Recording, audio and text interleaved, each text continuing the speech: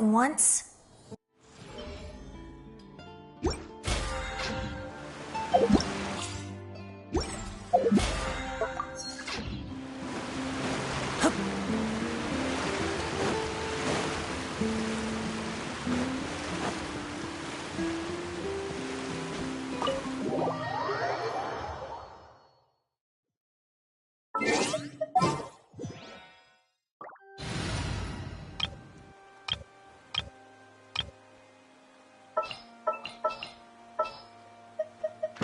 Just what?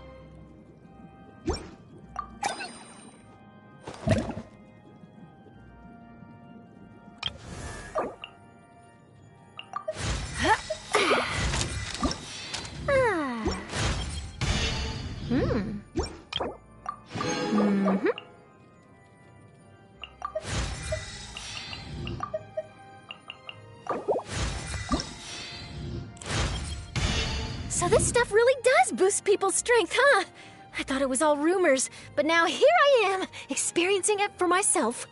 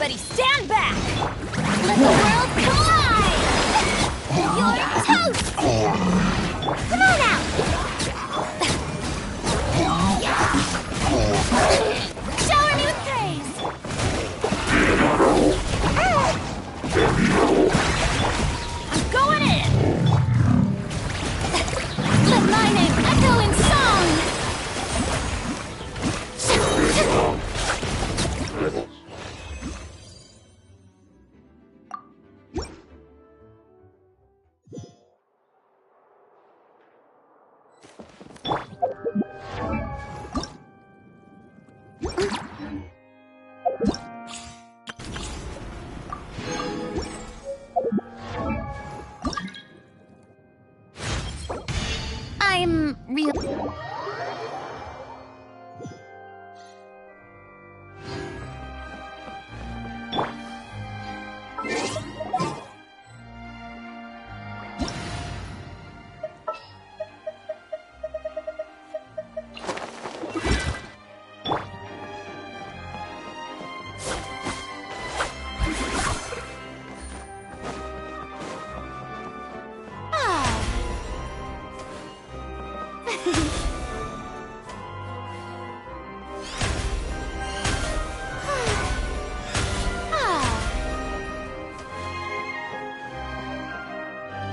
The show begins!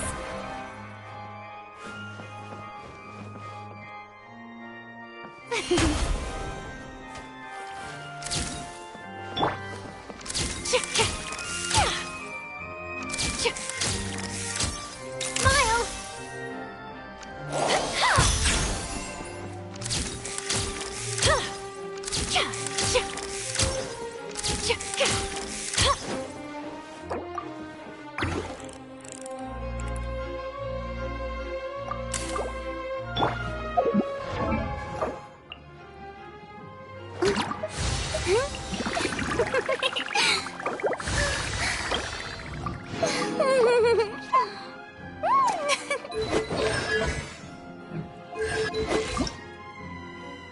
If you keep your eyes peeled and your mind engaged, you'll find there's always a new story nearby just waiting to be discovered.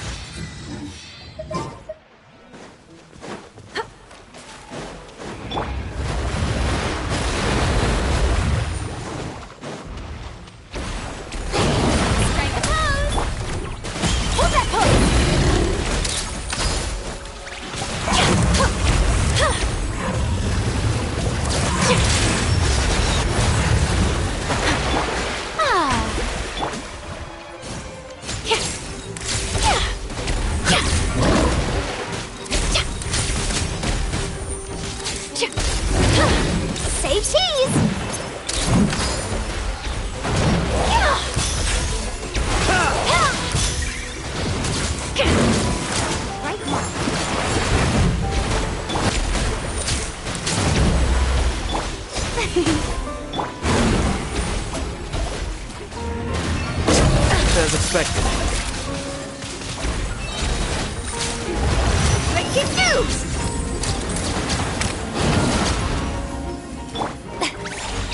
Time to shine!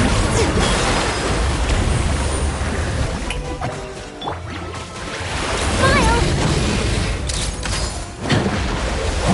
Great! Oversight.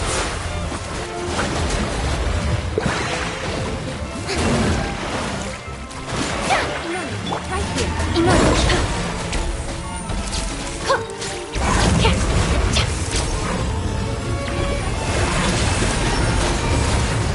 Hold that pose! Yoo-hoo!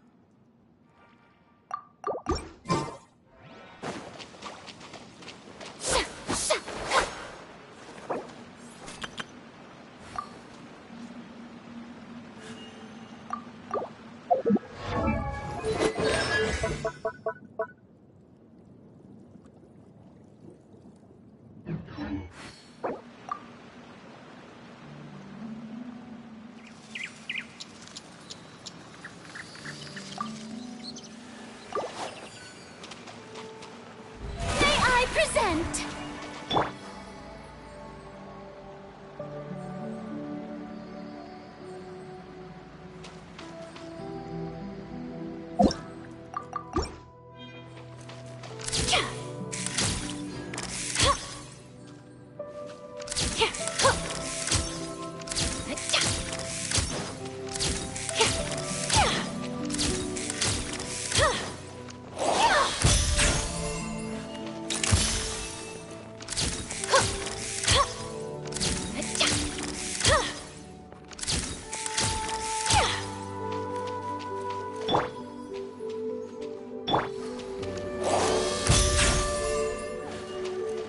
Say cheese!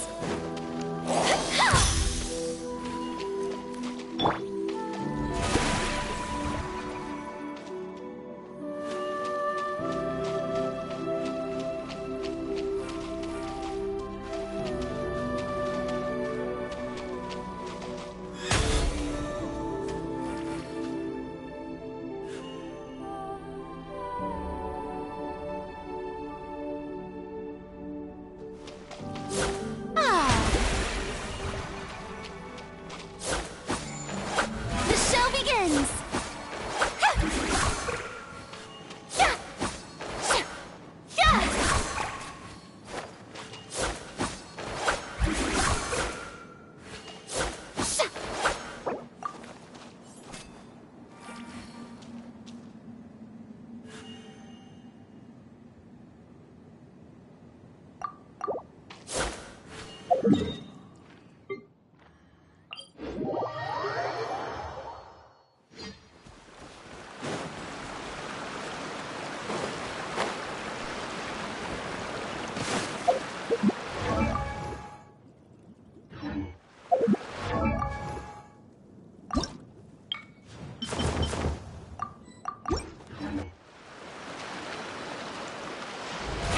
How brilliant!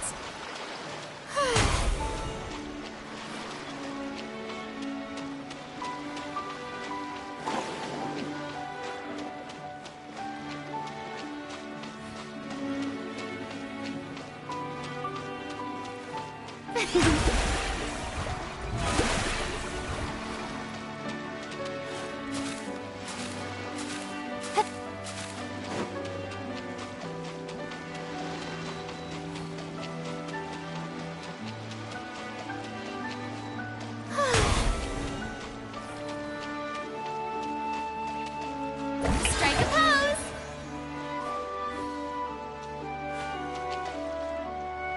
Ah.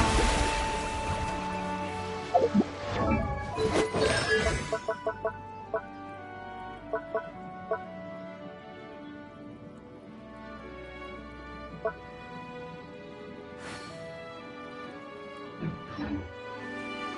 show begins!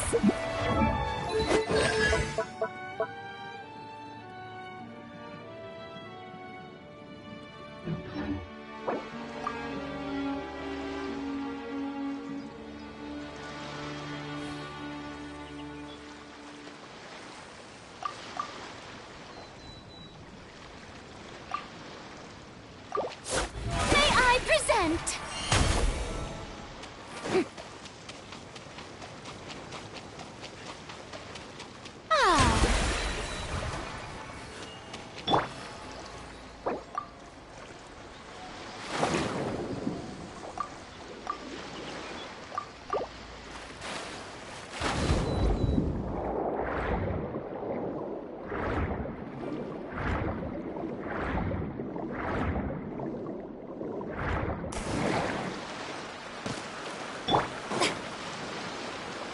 The show begins!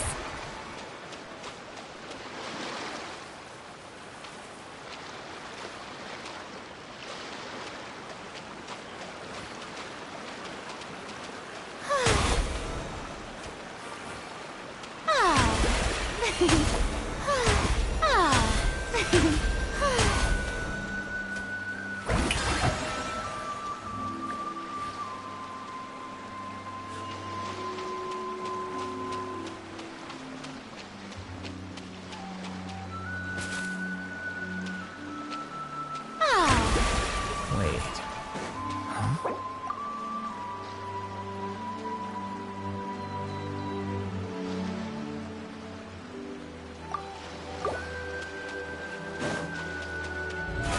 How brilliant!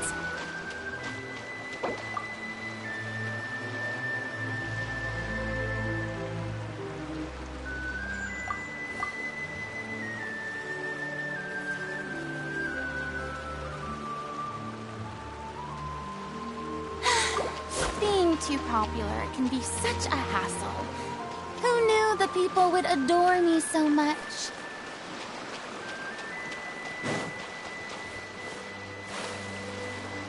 The show begins!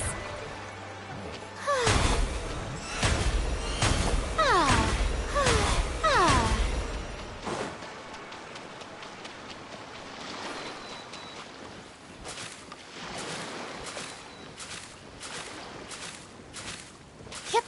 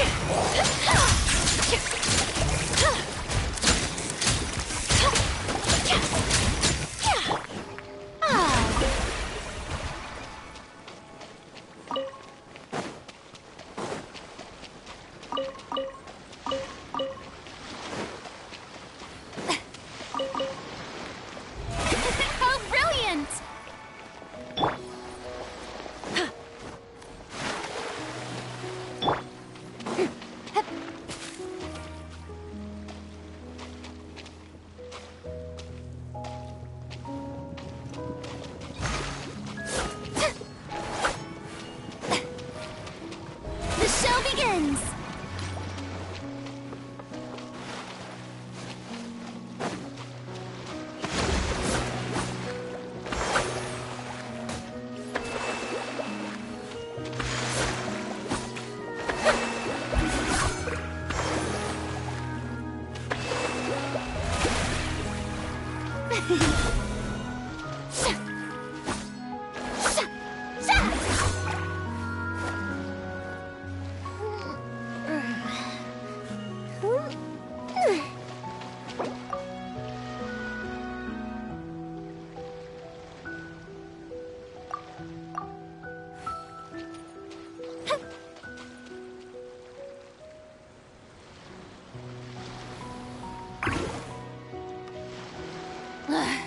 Boring!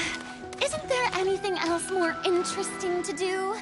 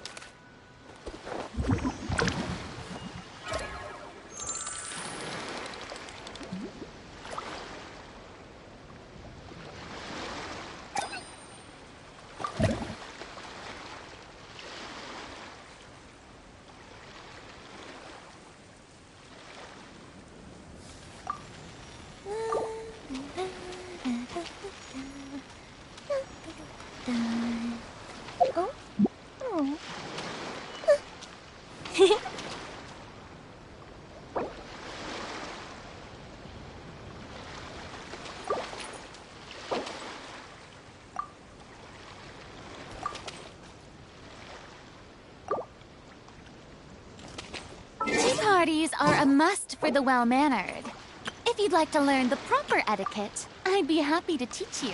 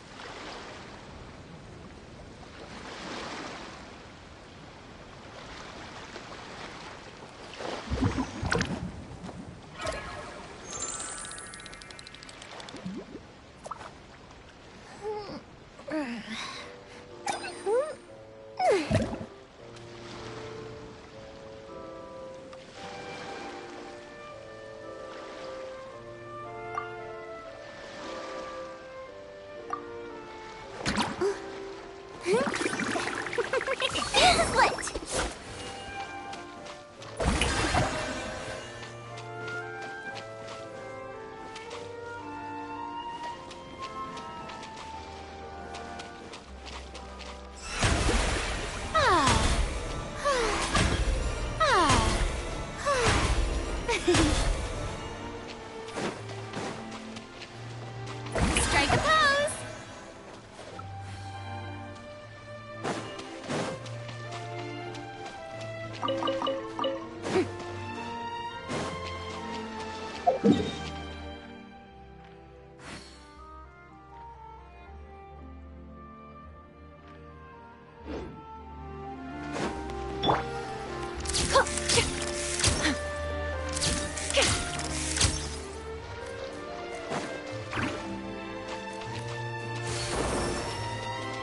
Say cheese!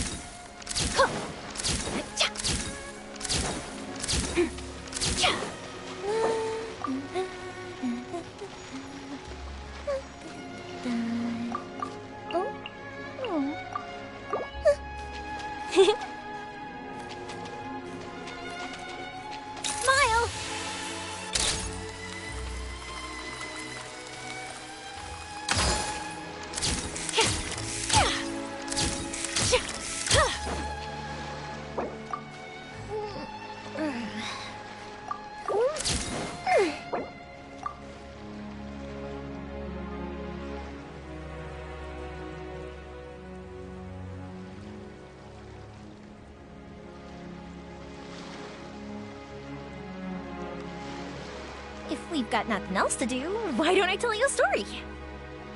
There are lots of journalists in the court of Fontaine, but not all of them hold themselves to a high professional standard. If you're ever looking to do an interview, I'm your best choice.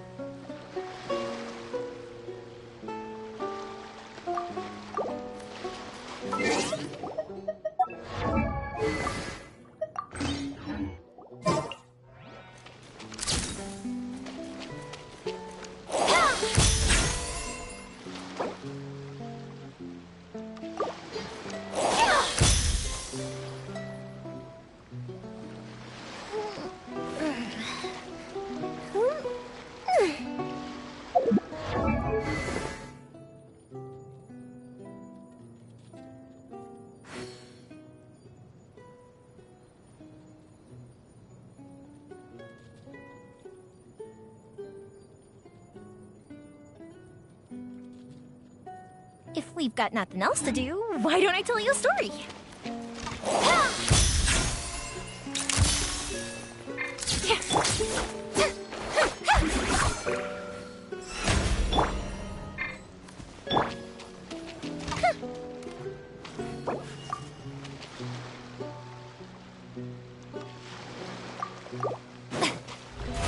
How brilliant!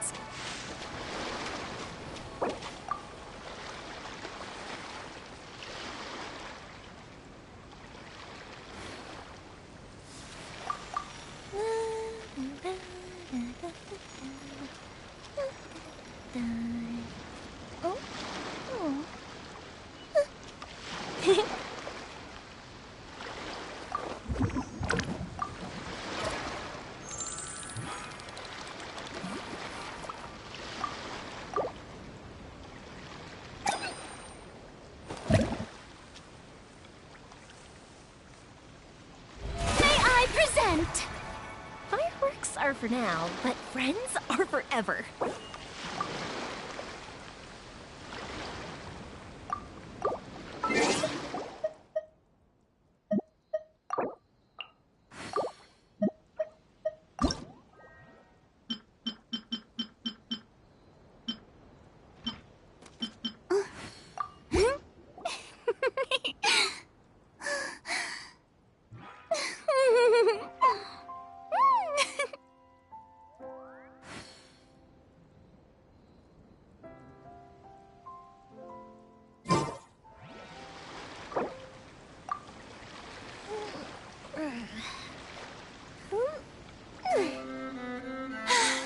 Being too popular can be such a hassle.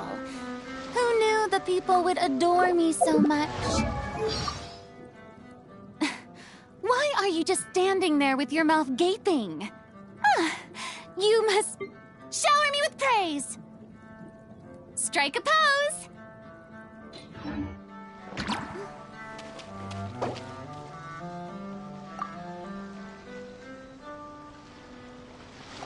If we've got nothing else to do, why don't I tell you a story? Strike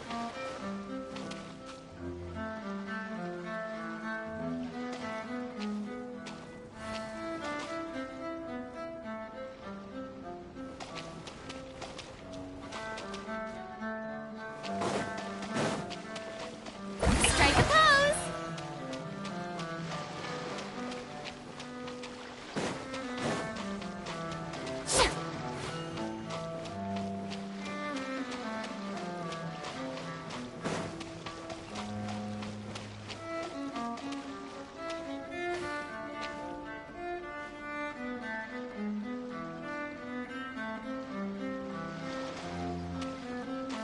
Have you ever kept goldfish as pets? They're very cute.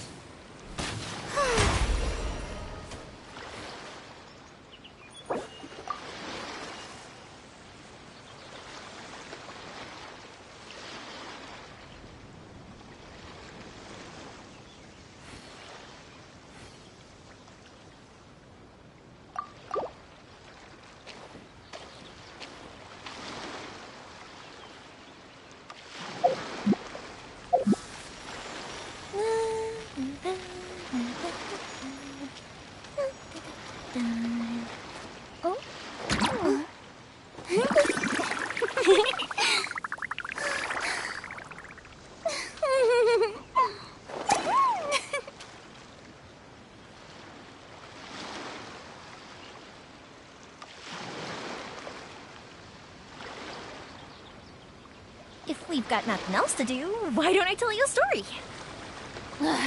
Boring! Isn't there anything else more interesting to do?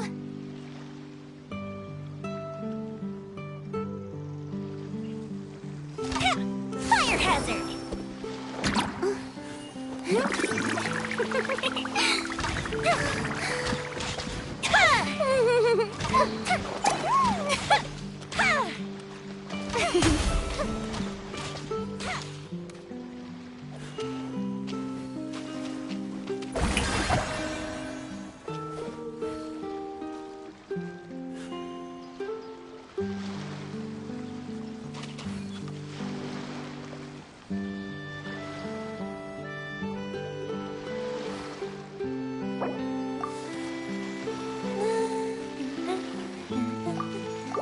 Tea parties are a must for the well-mannered. If you'd like to learn the proper etiquette, I'd be at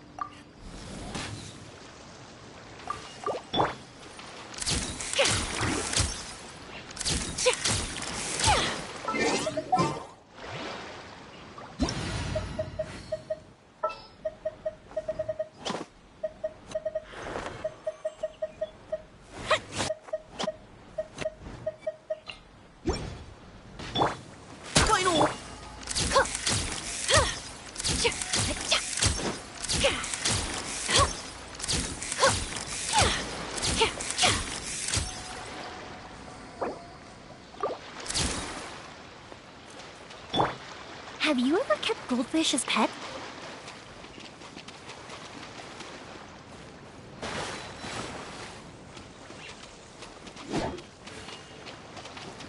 Strike is one! Fighting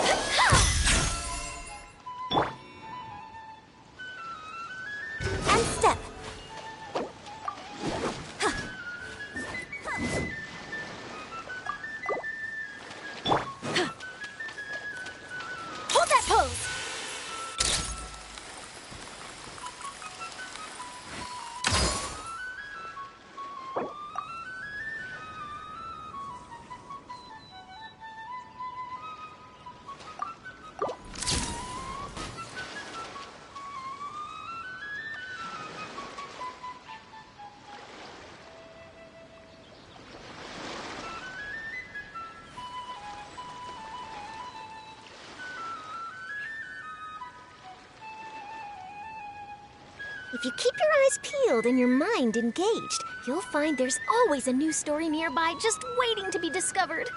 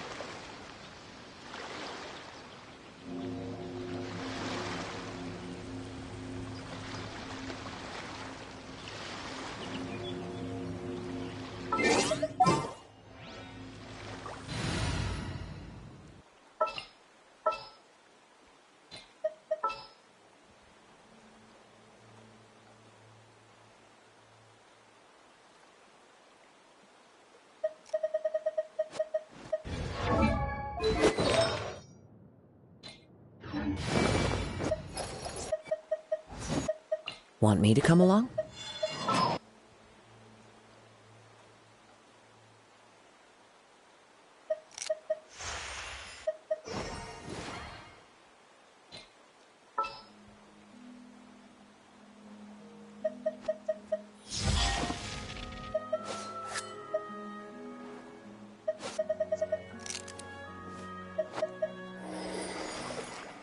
All is accounted for. Let's move out.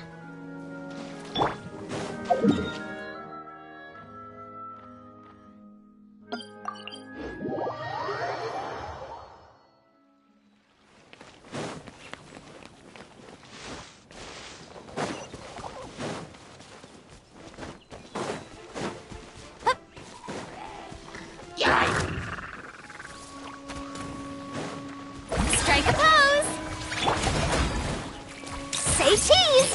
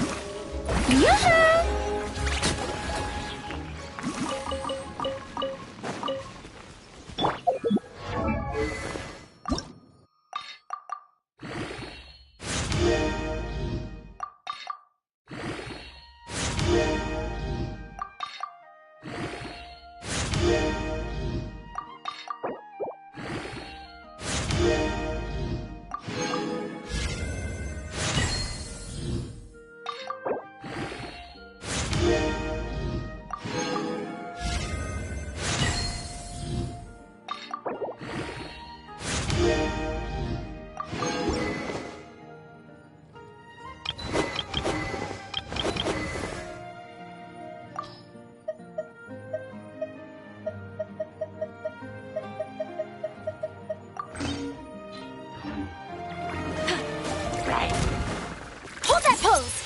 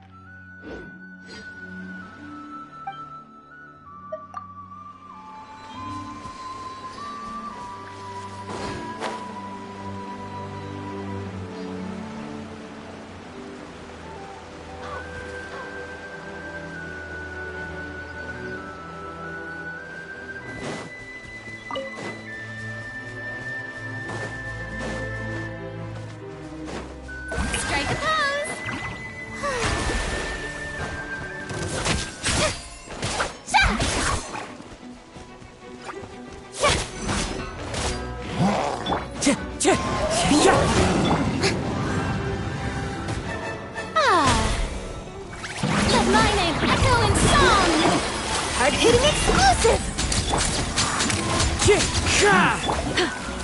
Say cheese!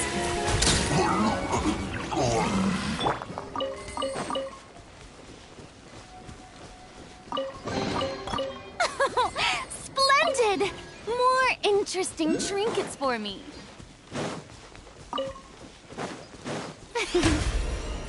The show begins!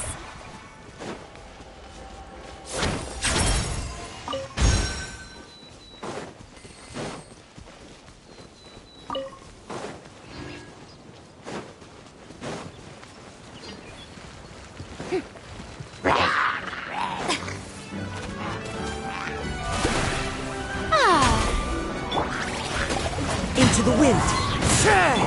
Hold that pose!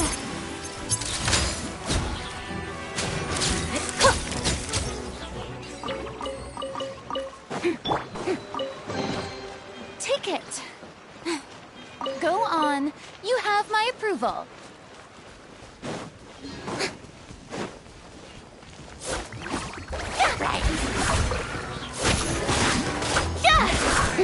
Yoo-hoo!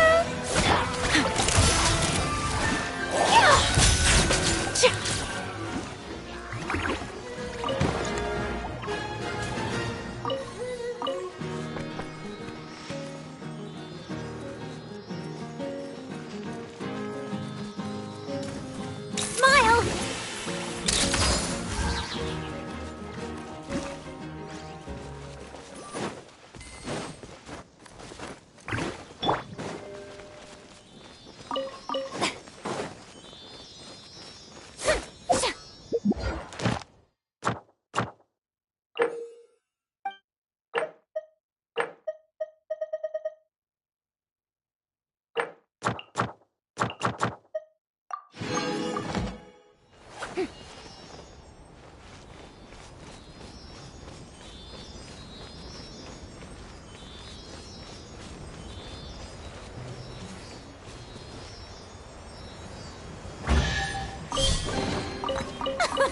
Splendid!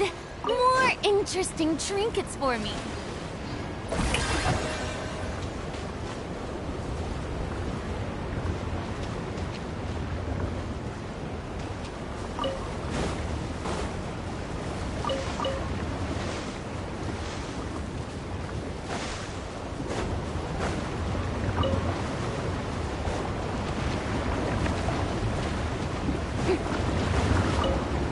Shower me with praise!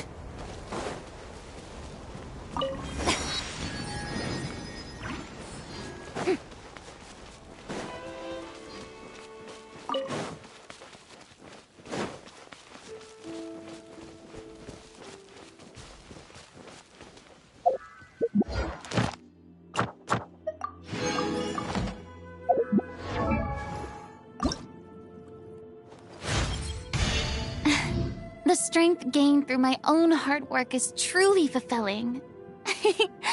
Thanks for your support.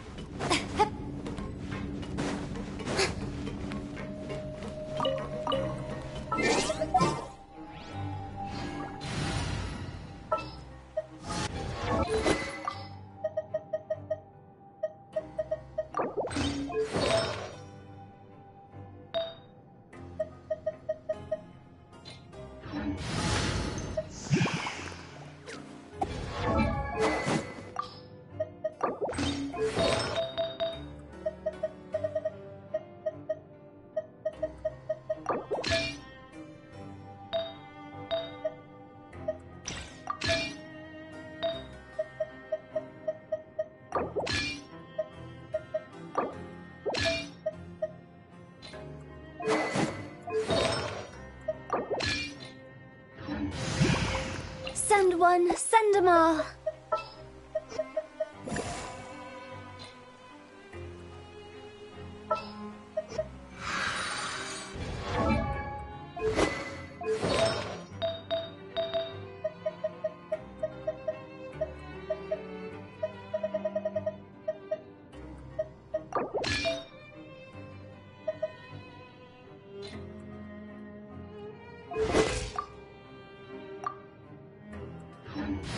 Understood.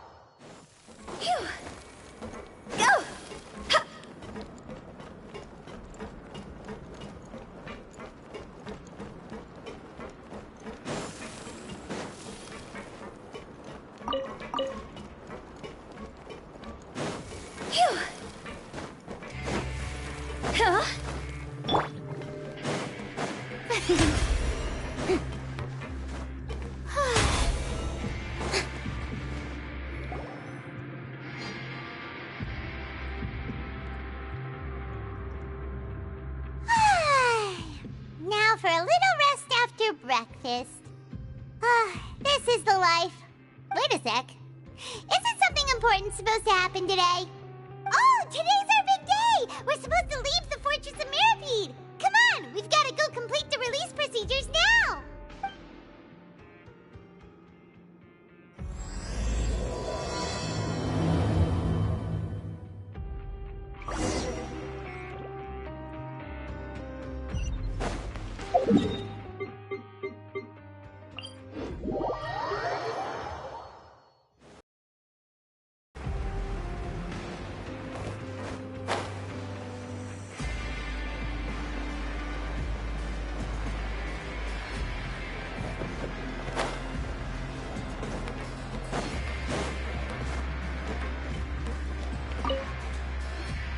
Please, sign here.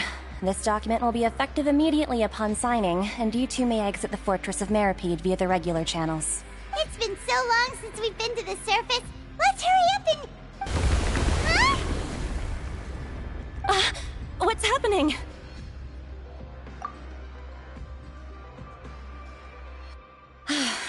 fine, thanks.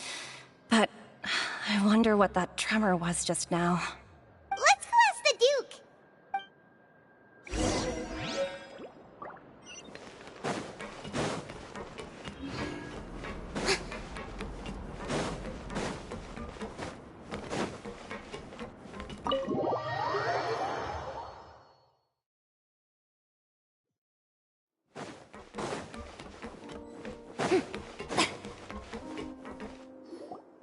Your Grace? Ah, good to see you two. Is there something you wish to see me about? Yeah, what was with that earthquake just now? Ah, that. The tremor didn't originate from the seafloor. In fact, it seems it came from the surface. Over the years of serving as the warden here, I have developed a sense for distinguishing between what occurs on the surface and what occurs underwater. Besides, the seal that Monsieur Neuvillette set in place won't fail so easily. So the fortress is okay? If you recall our last incident, if there really were a problem, there would be crowds of inmates in a panic right now. Huh, you've got a point. Okay, seems we need to get back up to the surface and ask about what happened. By the way, do you know what day it is today? I believe today is this month's pipe cleaning day. Wait, seriously? Ah, yes. Have you completed your release papers? Yep. It's you two. Are you leaving now? That's right! Today is our last day in prison! But now that Paimon says that, it doesn't feel like we were confined here. It's actually been pretty nice. Oh yeah, Paimon feels fond of this place now. Then be sure to come back and visit. I'll miss you. If you've signed the release papers, then you're free to go. The guards will escort you out. You're not going to see us off? I knew you'd ask. All right, sure. Let's go. Well, you actually agreed. No worries, you must be busy. Paimon was just joking. Ah, so you do have a polite side, I see. After being down here for so long, I imagine you must feel like you're lacking companionship. Shall I come along too? Yeah, don't worry, we'll come back to see you. Paimon really likes the cafeteria here. The chefs sure do know how to make good grub. I hope you won't be here as convicts the next time I see you. We'll do our best to stay out of trouble. Well, it seems our work in the Fortress of Meripede is finished. That's the end of another chapter in our journey. And since Neuvillette was the one who asked us to come here, we should probably go report to him now. Next up, the Palais Mermonia. You're going to see Monsieur Neuvillette? Please pass on our kind regards. I'm sure just your regards will do, no? I believe it would be the polite thing to do. You're right. I've heard the Palais has been terribly busy these days. Tell him that I hope he hasn't been overwhelmed by the recent string of troubles.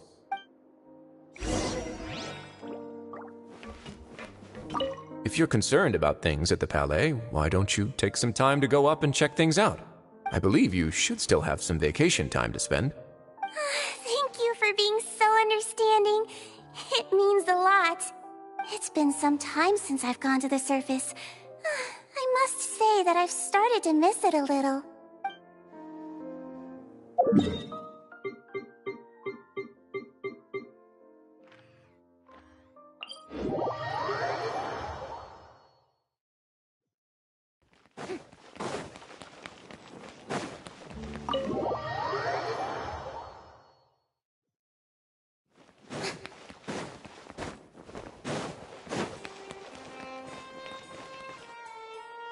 The Palais Mermonia sure is buzzing with activity today. Halt! Huh? Oh, it's you two. Apologies. Monsieur Neuvillette did say you'd be welcome at any time. Excuse me, would you mind helping me take a look at this report? I'll be right there. Sorry, I've got my hands full here. You can see yourselves in. Everyone's so busy. Seems a lot has been happening.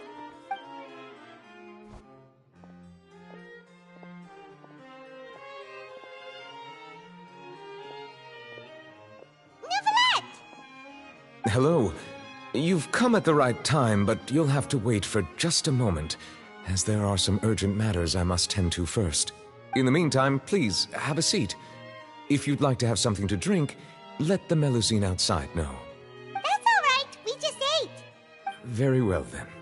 Let's take a break over there while we wait for him to finish his work.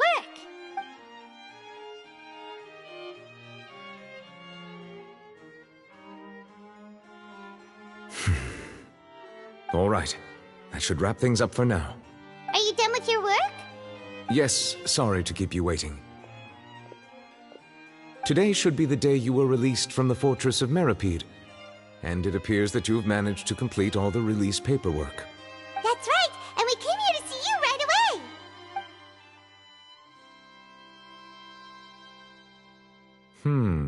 A massive whale. Do you have any idea what that might be? Judging from your description, that cannot have occurred in any ordinary waters, but rather something like the primordial sea. A whale of that size and shape cannot usually be found in the waters of Tevat. Therefore, we can only assume that Child is presently immersed in primordial seawater. Immersed in primordial seawater? But how? And is he okay?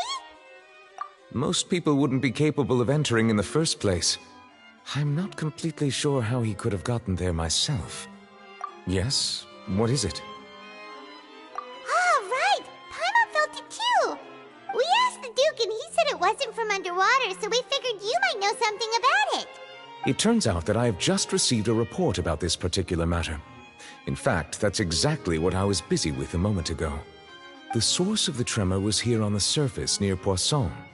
After the shaking stopped, the water levels in the Poisson area rose at an alarming rate. The water levels rose? Oh no! What about all the people there? Fortunately, the water levels only rose for a short period of time, and have already returned to normal now. However, I still have a bad feeling about the whole phenomenon. If the change in water levels is connected with the leaking primordial seawater, then the situation in Poisson may be much worse than it appears. Navia should be in Poisson, right? We need to go check on her! I would also like to go there as soon as possible, but I'm afraid I can't leave just yet. We must immediately formulate disaster prevention plans for the surrounding coastal areas to avoid potential catastrophes. I'll have to ask you two to go to Poisson first. I'll meet you there to check on the situation once I've finished things here. There's no time to lose! Let's get going! Please be careful.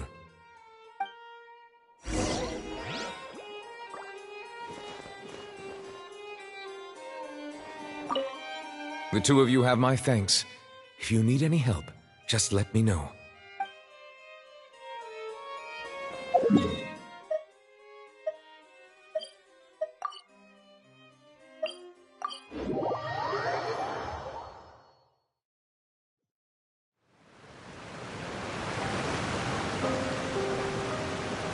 Oh no! What happened here?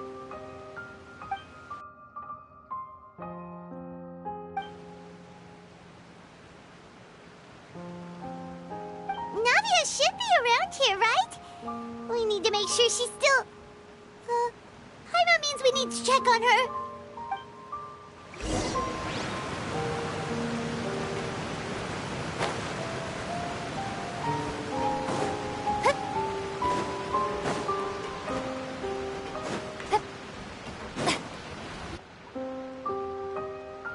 We haven't seen a single soul all the way here. Oh, this is getting scary. What will I ever do now? Look, there's someone on the roof over there. Just stay put! We're coming up! Watch your balance! All right, just hurry!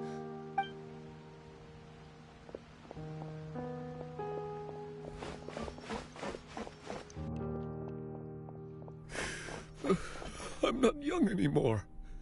How will I survive on my own? My Desiree!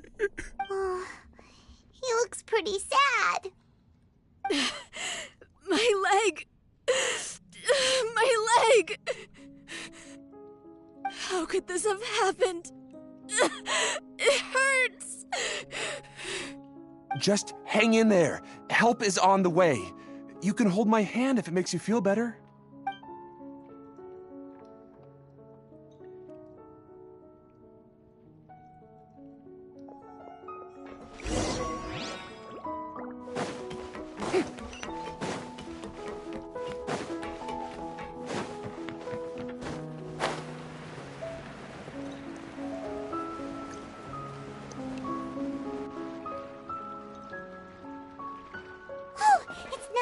She's over there! Hey, Navia! Are you okay?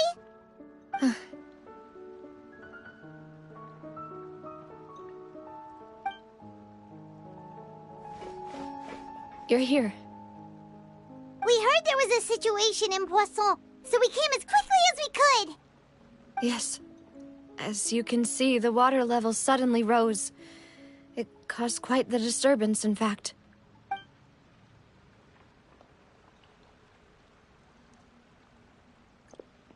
Demoiselle! There was a wounded resident next to a building southeast of here. We've already transported him to safety, but we've run out of medical supplies. He's wounded? How badly? He fell, so it's probably a broken leg.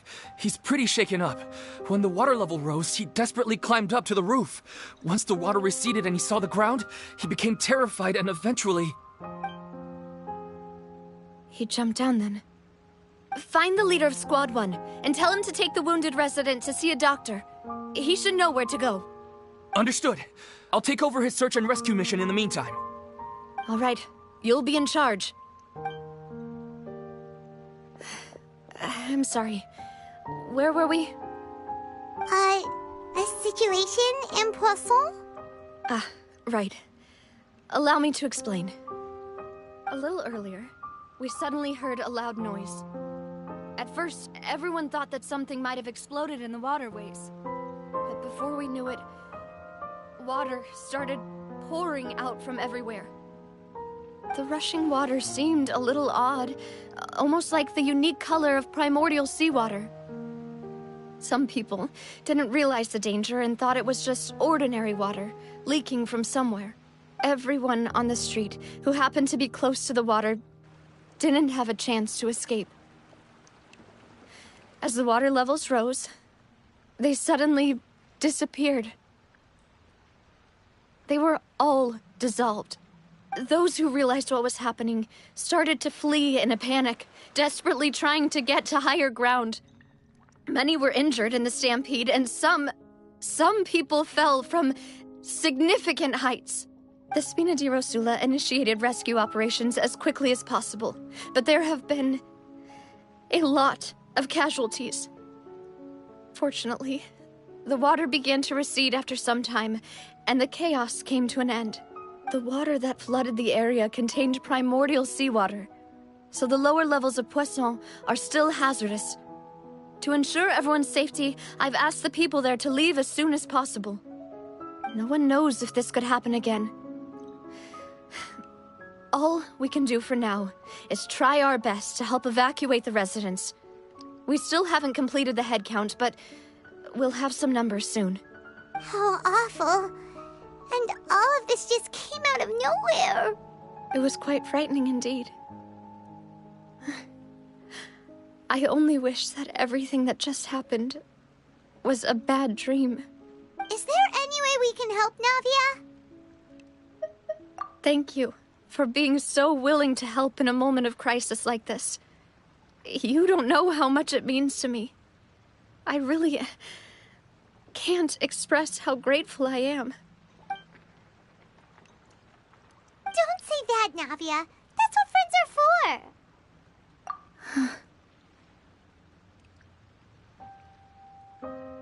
Demoiselle! We've got a situation here! I'll be right there.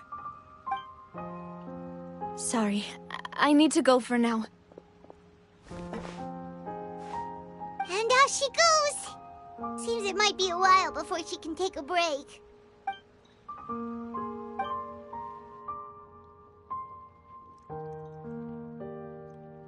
Okay, the wounded are being tended to, and we finished a preliminary head count. More support has just arrived, so I suppose I finally have a moment to focus on my own matters. Of course, we should remain ready for anything, and continue doing our best to rescue others. I'll be sure to have everyone at the Spina di Rosula ready to render assistance. Traveler, Paimon, would you two accompany me to my father's grave for a moment? Huh? Right now? Thank you.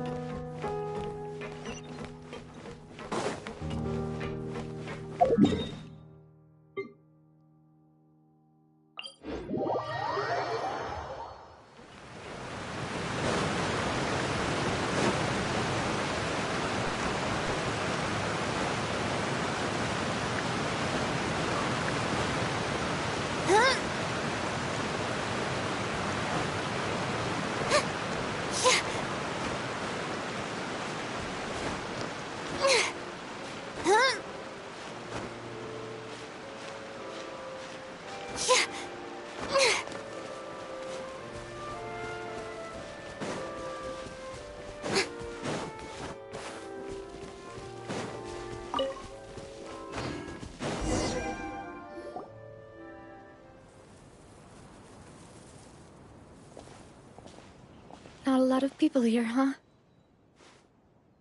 Well, given the time of day and the whole situation in Poisson, Paimon doesn't think there'd be a ton of people here visiting graves. Right. That's how things are now. The living are so exhausted that they've no strength to spare any words for the dead. Navia?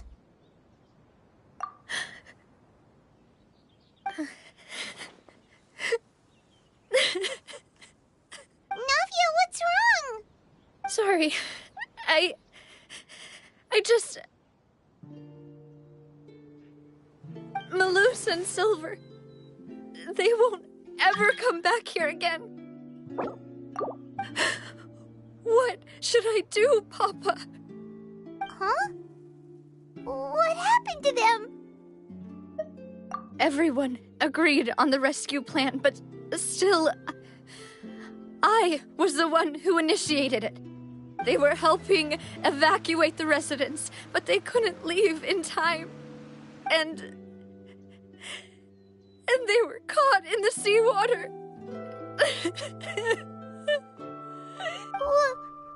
What should we do? I've known them for so long. And I know they weren't afraid. But I could at least hold a funeral for my father. And I know where he rests. But as for Malus and Silver, they're just gone. I just can't.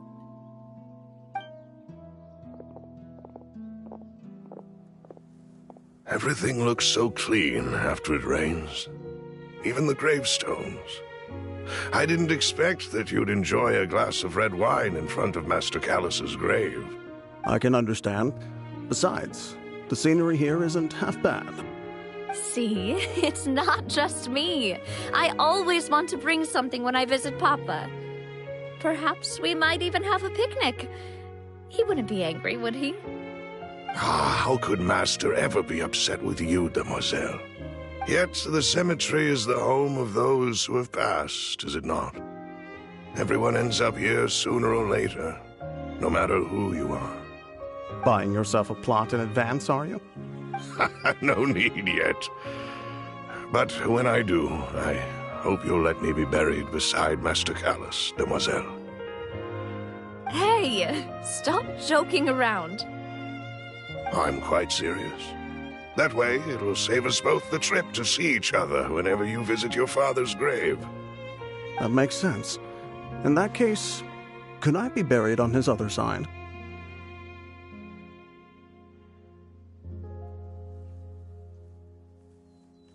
After all, besides you, demoiselle, the two of us could certainly be considered Master's closest companions, no?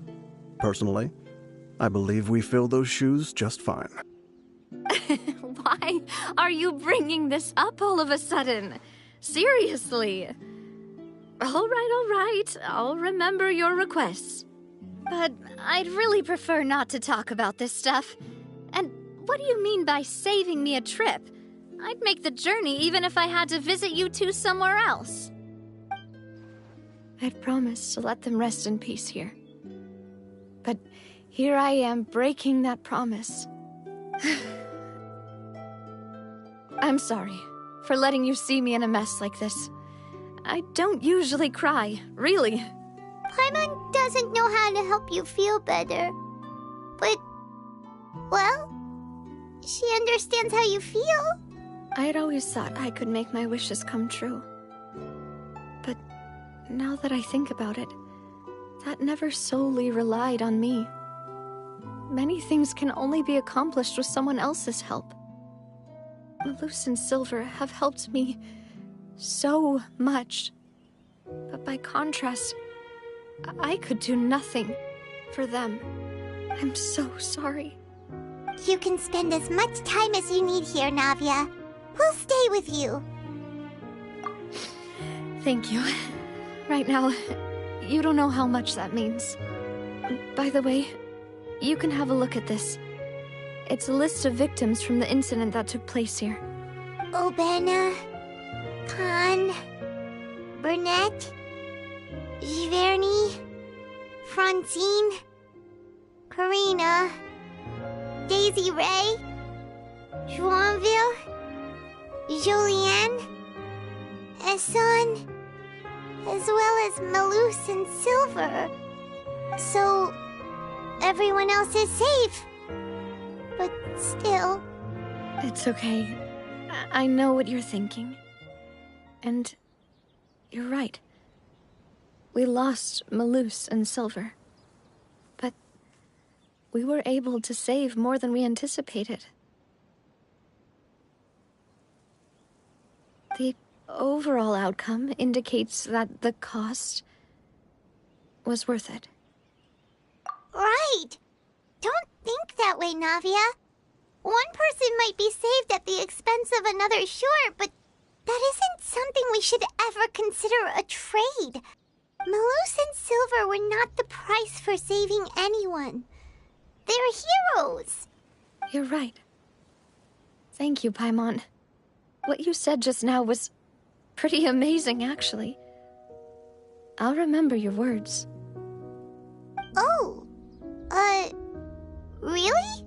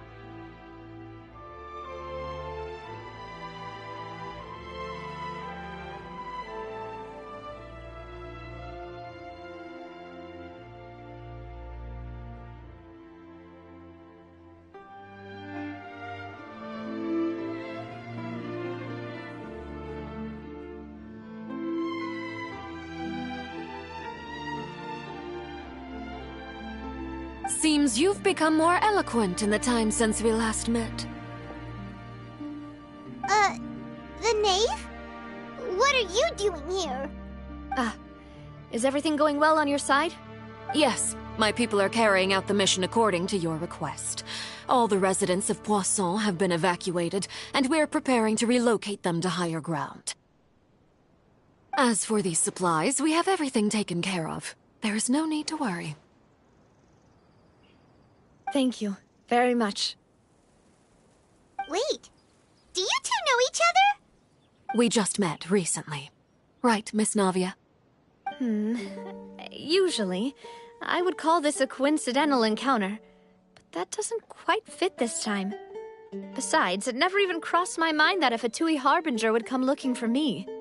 Thanks to the Knave, Spina di Rosula received generous support from the Fatui, which allowed us to complete the rescue and evacuation work so quickly. Mutual aid is essential to fostering positive developments. We were already in the area, in any case, so it was nothing. That said, I must say that you're a lot sharper than you let on. I'm sure you understand what I mean. I apologize for all the ways in which I tested you previously. We've never worked with a Fatui before, and it's extremely important for us to know who we're working with. My subordinates have reported that Fatui soldiers have been observing water levels and taking head counts in various locations. I hear that they've also prepared a large amount of emergency supplies. I'm quite surprised. This is nothing to brag about, nor do I intend to. It is simply the way of powerful organizations to act forcefully, whether they are doing good or ill. You've witnessed that firsthand, in any case. As I've told this traveler before, I know of the prophecy, and I intend to prevent the impending disaster. Lending your organization a hand was a natural first step in accomplishing that. As such, do not be troubled by this token of our sincerity. Perhaps one day, you'll also be able to help me in the same way. Without your help, there would have been many more casualties. I won't forget your kindness. Furthermore, I sincerely regret what happened to Malus and Silver. I only wish that my people could have arrived a little earlier to prevent this from happening. Don't say that. You and your subordinates did everything you could. As Paimon said, Malus and Silver didn't choose to sacrifice themselves for any specific person. And they weren't the price paid for other salvation. They chose to become heroes themselves. I've never liked hearing people put it that way. It's like trying to relieve pain by saying some noble-sounding words. But right now, there's nothing more suitable. They really did become heroes. You're right. I'm sorry for your loss, Miss Navia. Water is life to Fontaine's people, and it also spells disaster. It's no wonder that people always say that prophecies represent fate. Fortunately, I've never been one for such opinions. So, you're one who will try to change fate, then? Of course. That is why I'm going to Hotel Bouffe de Thé. I still have some things to take care of, and the children need my attention. By the way, Traveler, Paimon, one more thing. Alright, then we'll just... Huh? This isn't right. Paimon thought you would ask us to walk with you for a moment so you could tell us something in private. That is a clever and useful conversation technique, which I do like to use when necessary. But there's no need today. It would not hurt to have Miss Navia listening in. Traveler, I'm sure you remember that I said we could work together when we had the chance. You and I both know that there may be issues with the Primordial Sea.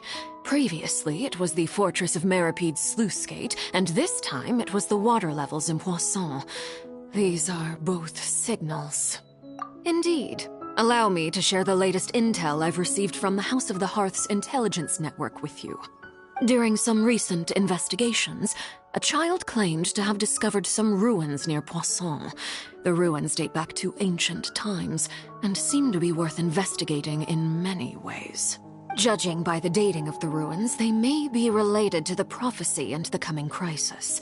The situation is becoming more urgent, so any pertinent information will prove extremely precious. My people initially came to prepare for ruin exploration. Unexpectedly, this disaster struck. And at present, we're all busy prioritizing the rescue effort.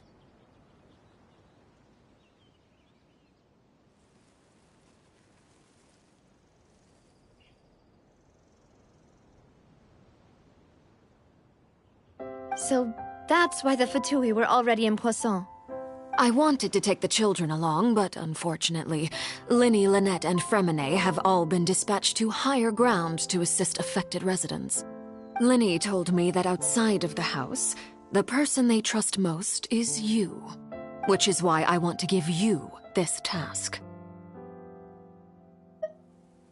The House of the Hearth's members see each other as family, but Linny, Lynette, and Fremine said that they also see you as such, even though you are not from the house. I'm sure you already understand how earnest they consider their friendship with you to be. Oh, that somehow makes Paimon feel kinda happy. The intel I just shared about the ruins could fetch a high price. But since the children consider you family, it's only natural that I freely share it with you. Got it! So all we gotta do is go to some ruins, right? We can handle that. Excuse me, but may I tag along? You wish to join, Miss Navia? But are you sure you're up to exploring some ruins? You need to rest. Well, I'm sad, yes. But I can't just go back and plop myself into a chair by the roadside and do nothing. There's no point in being depressed while we still have a disaster on our hands. As my father's successor, I must live up to the hopes he had in me.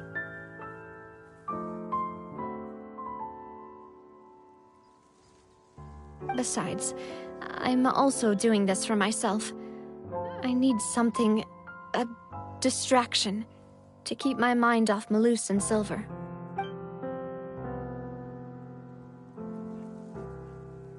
Since you put it that way, I have no objections. What do you say, traveler? All right. The ruins are to the south of Poisson. Here's the map. Okay, the three of us will handle it. Come on, let's pack up and get going.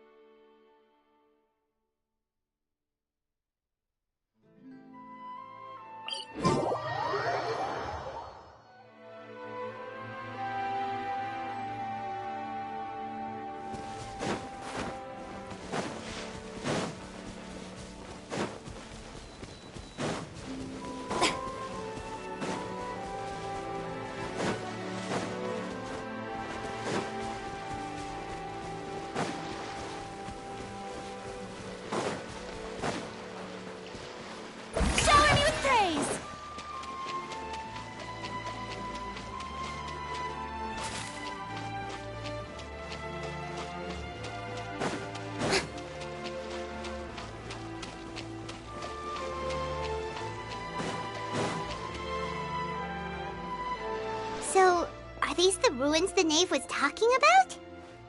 Whoa, talk about old. They seem to be pretty ancient, all right. Let's go in and have a look. Just be careful.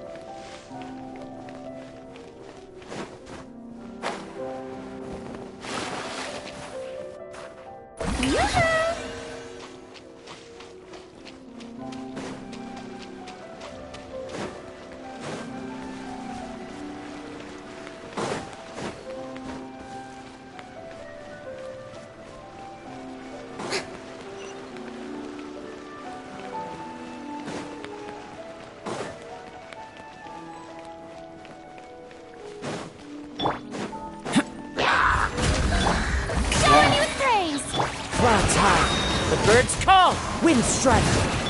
Let the world collide!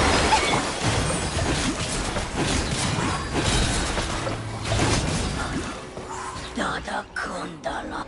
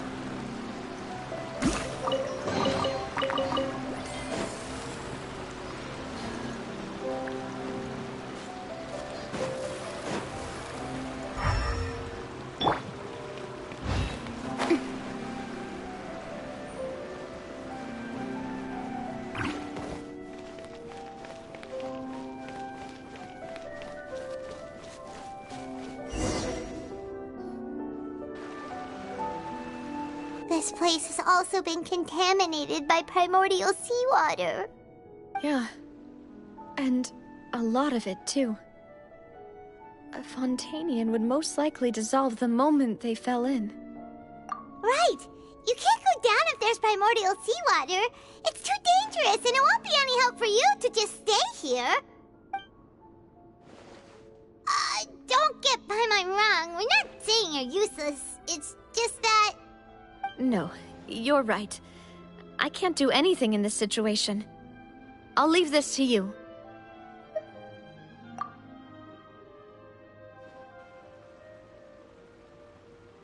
That complicates things.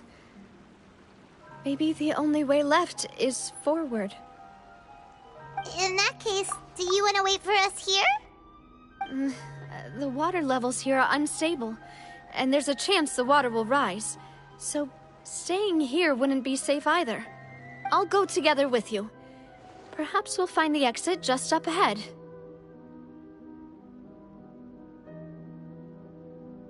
All right. Come with us for now then, but please be careful.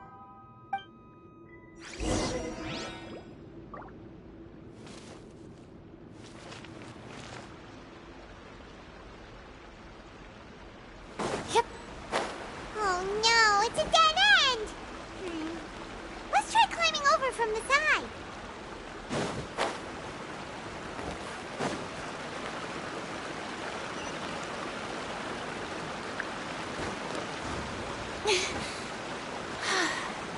Huh?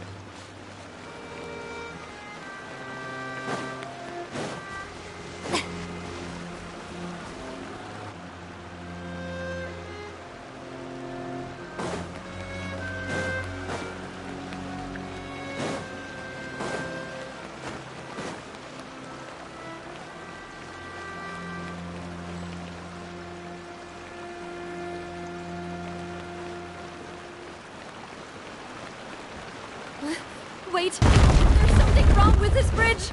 Run for it!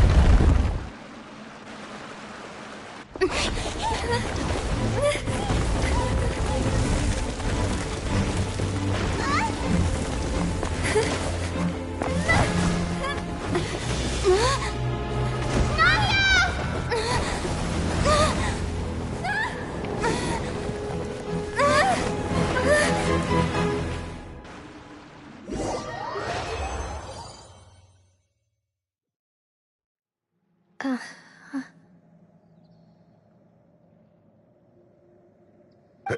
Demoiselle? Huh? Demoiselle, what are you doing here by yourself? Would you be standing here till dark if I hadn't come to get you? Maybe she just wants some time to herself, Malus. Hmm? Oh. Was I sleeping? Yes, it would appear so. I must be tired. That's quite possible. However, you were the one that suggested we go out for a walk. Oh, right. I nearly forgot. It must have slipped my mind when I dozed off. I haven't had a nap today yet. Have I? This is a familiar feeling, yet something's a little strange. Is something the matter, Demoiselle? Oh, no. No, I'm fine. I was just trying to recall why we came out for a walk. Do you remember Mr. Giverny?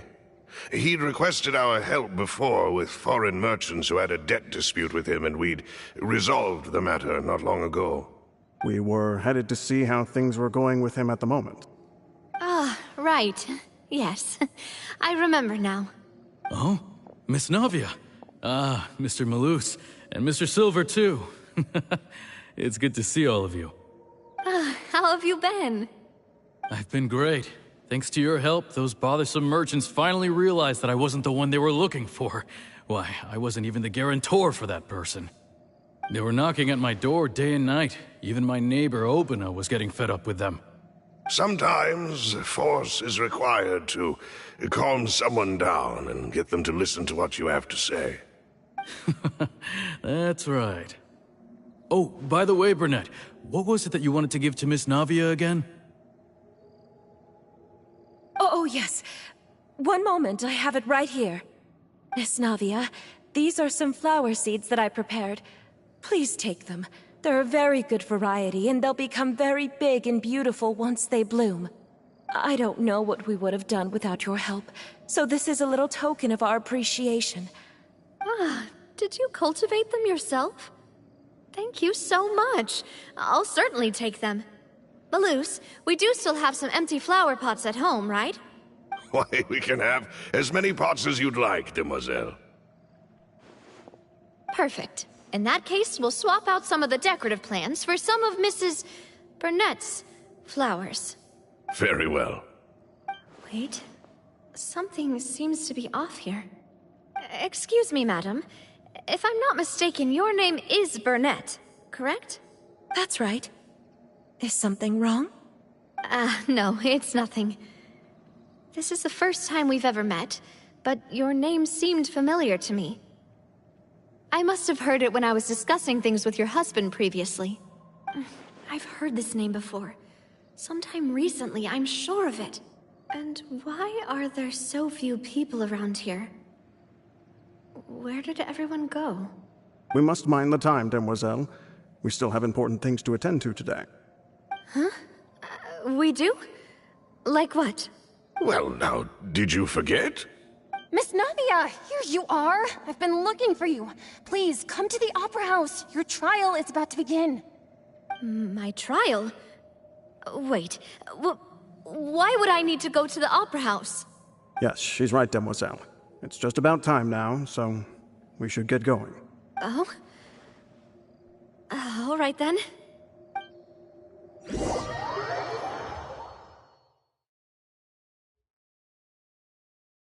Look, it's Navia! She's here! And her two attendants are with her! Goodness, everyone's finally here. There sure are a lot of people here to see the trial. And they all seem to be oddly excited about something. I even know some of these people. Karina, Desiree, Joyville, Jolien, Essen. Why are so many people here? And why do I have no recollection of this case? And as for the judge... huh? Where's Monsieur Neuvillette? Please sit in the defendant's seat. Don't worry, Silver and I shall accompany you. All right. But are you sure you can stand behind me? Typically, it wouldn't be allowed, but today is an exception. Hey, what kind of place do they think this is? Come on, do they have any idea what they're doing? Seriously. Enough with the whispering! Could someone please tell me where Monsieur Neuvillette is? And why I'm standing trial? My dear Miss Navia, have you not yet realized what you've done? In that case, allow me to explain. As all here know, you are Master Callus's successor, the head of the Spina di Rosula, someone held in high regard by every soul in Poisson. After you took over the Spina, you treated all of us just like the late Master Callus had. If anyone in need reached out to you for help, you responded. Not only you, but your butler, your subordinates, nearly everyone in the Spina di Rosula fought for the well-being of those in Poisson. Wait a moment. Aren't you just proving that I'm a good person? Yes, correct. Absolutely right. And that is why you stand accused. You have helped so many people get through so many difficulties. You are one with us. We are inseparable. We are one big family, all of us who are from Poisson, inextricably linked. And with you being so important, we couldn't possibly do without you. Therefore, this fair and honorable court shall declare you guilty, and you shall stay here. You will be together with us forever. Huh? What are you saying? Everything you have said is correct. I have indeed done a lot for my hometown, and I would be willing to be with you all, but what is the purpose of having me stand here like this? What is there to discuss? Ah, well, if that's what you think, then I have no further comments. How wonderful, Miss Navia!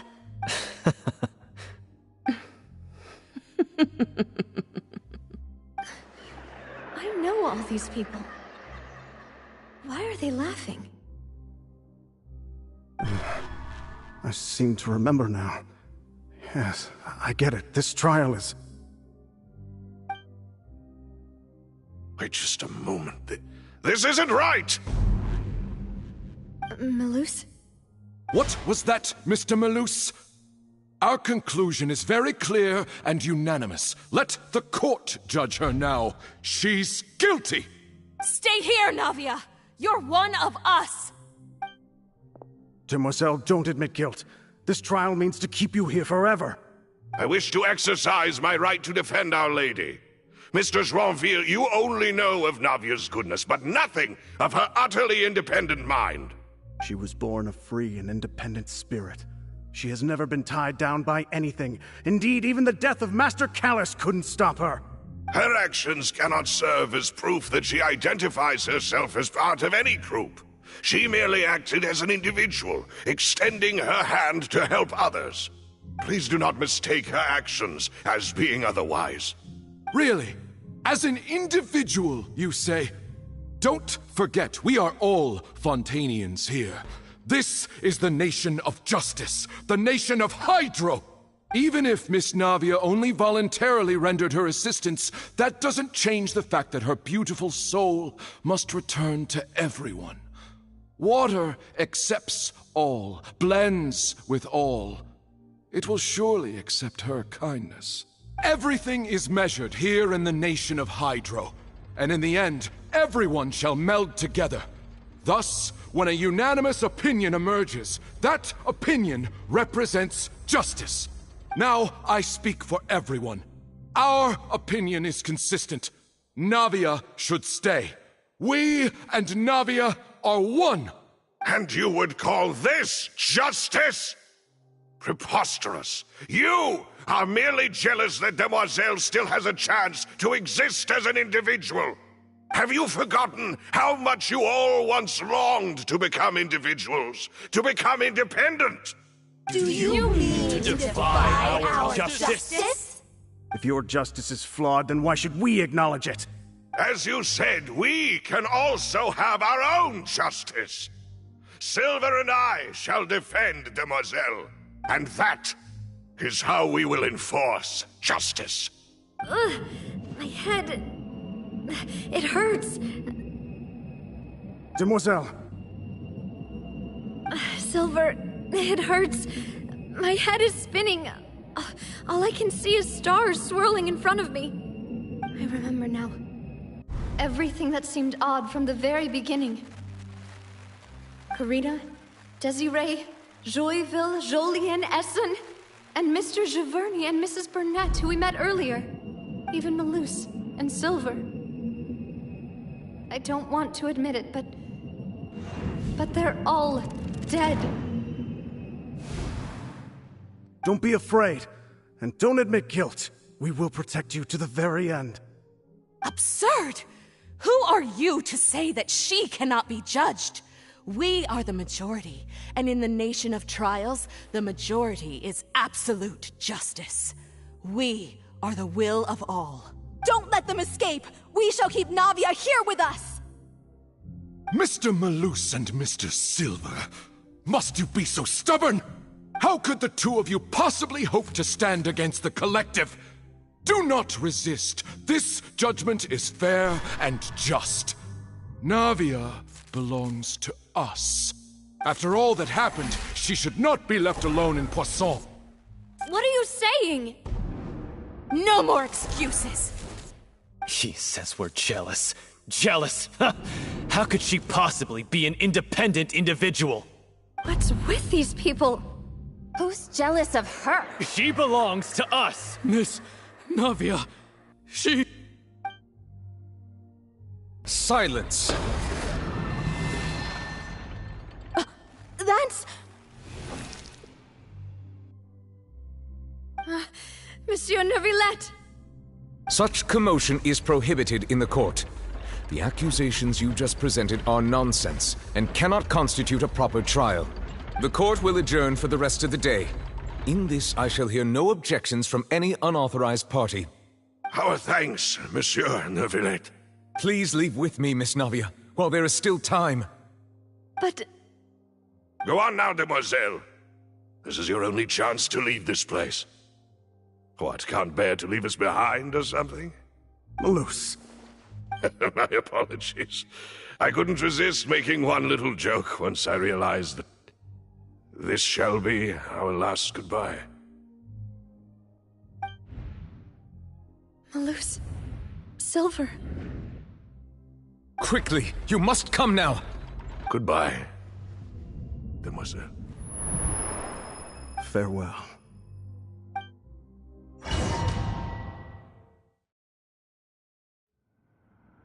No, wait! Just a second!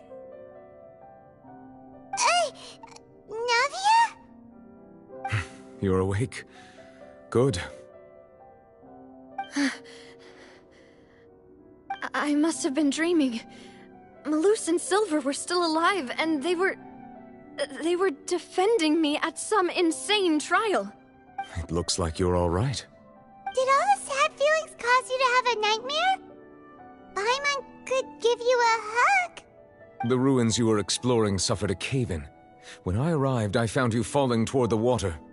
You were just about to be dissolved within, but I... What is it?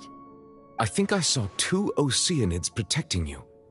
It was only for a moment, perhaps even a fraction of a second, but they gave me the chance to retrieve you. Were it not for their intervention, I would not have been able to rescue you before your consciousness dissipated. Wait, did you say Oceanids?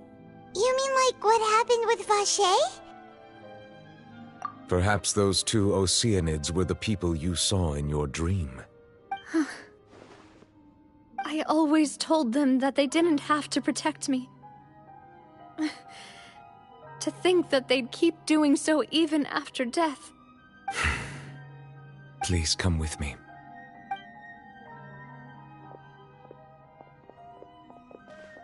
Neverlet, are you okay? Hmm? Oh, I am quite all right. Perhaps there's something we could chat about? Why do you look so stiff all of a sudden? Oh, Paimon knows. You're the type who feels awkward when there's nothing to talk about, right? I merely thought that we should give Navia some time to herself. Huh? Why didn't you just say so then? Don't you think it's even more awkward to call us over like this and then have nothing to talk about? I suppose so. Ah, Sigewinne. I hope all is well with her these days. Her work in the Fortress of Meropide has not been too much for her, has it? No way, don't worry. She's doing fine down there. She's an amazing head nurse. I see. Well, that is good. I have always worried that Sigewinne would need a lot of time to understand the world of humanity, just as I have. Oh, and the Duke also says hi. Even though Sigewinne made him do that. He hopes that you haven't been overwhelmed by all that's happened lately. Thank you. I have indeed been busy lately, and I also hope that everything is going well in the Fortress of Meropide. He still doesn't know what to talk about. Let's chat about something else then.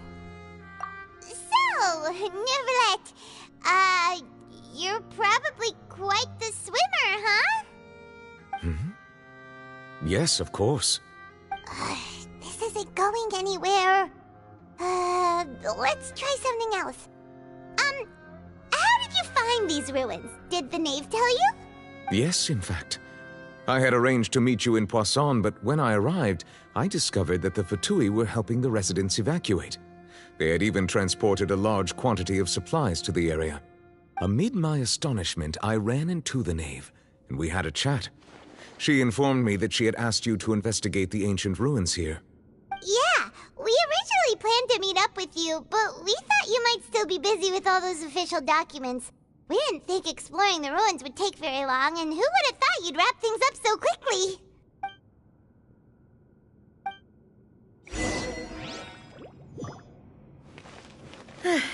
I'm sorry to have kept you all waiting like that. I'm feeling much better now. I guess we should get going again. Will you come with us, Monsieur Neuvillette? Yes, if you wouldn't mind my company. All right! Another one joins the party! Let's get going then!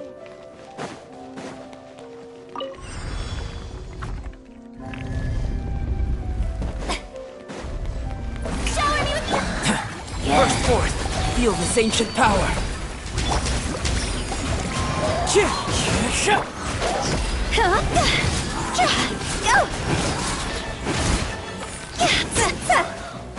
Nada Kundala.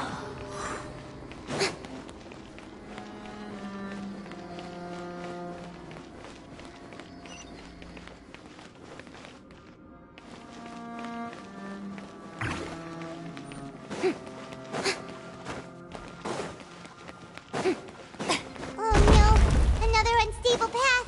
Watch your step.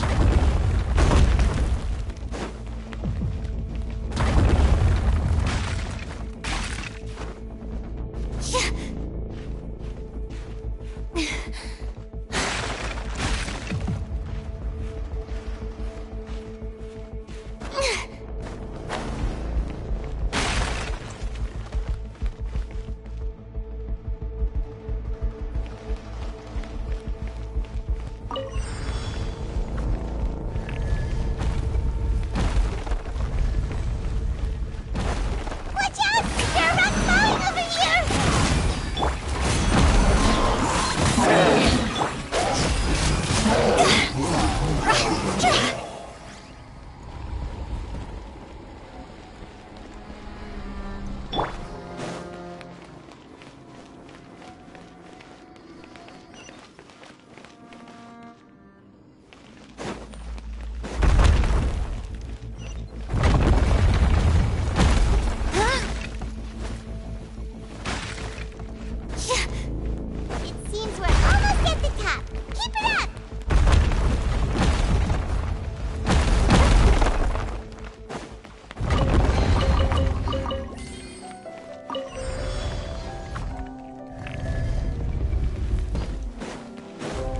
Strike a pose!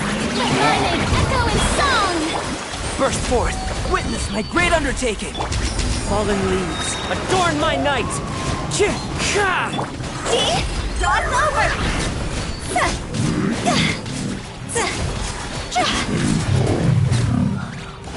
Nada Kundala.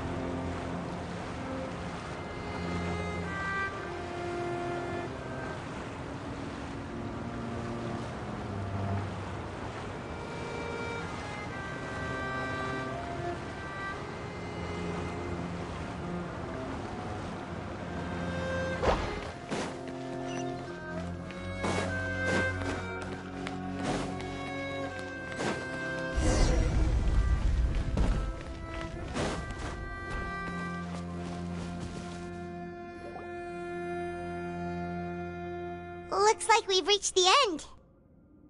This is the place. There should not be any other hidden spaces in the vicinity. The path sure had some twists and turns, but it turns out that this place isn't actually that big.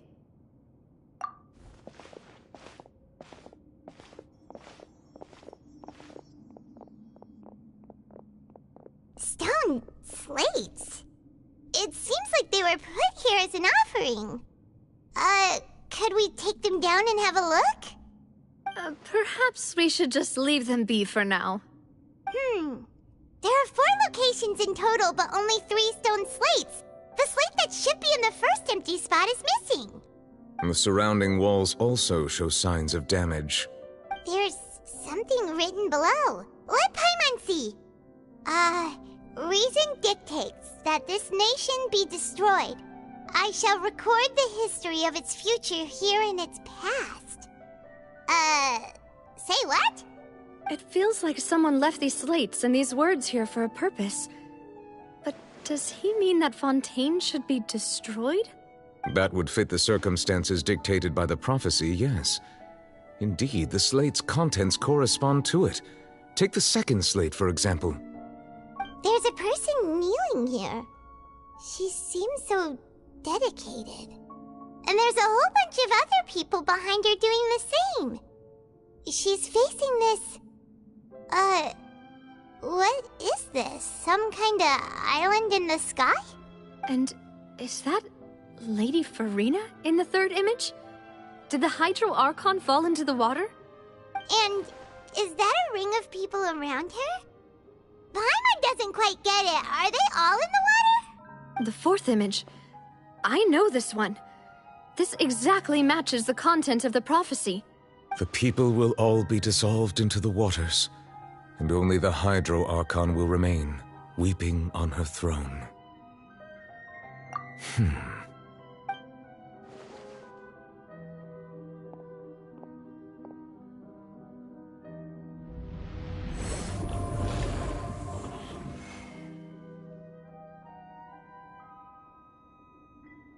More information should be hidden in these slates, but I fear I cannot easily uncover it, most likely due to us missing the first slate.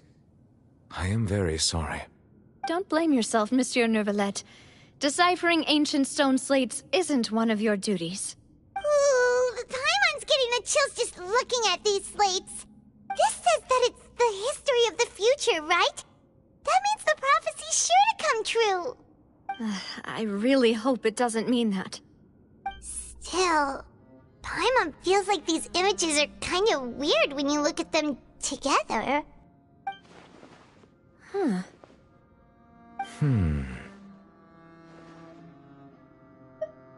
That's right! If the images are in chronological order, shouldn't the fourth, the waters drowning Fontaine, come before the third, where the Hydro Archon herself falls into the water? And yet the order is reversed here. If we go by timing, Lady Furina only emerges in the third image. That means that the person in the second image might be the previous Hydro Archon.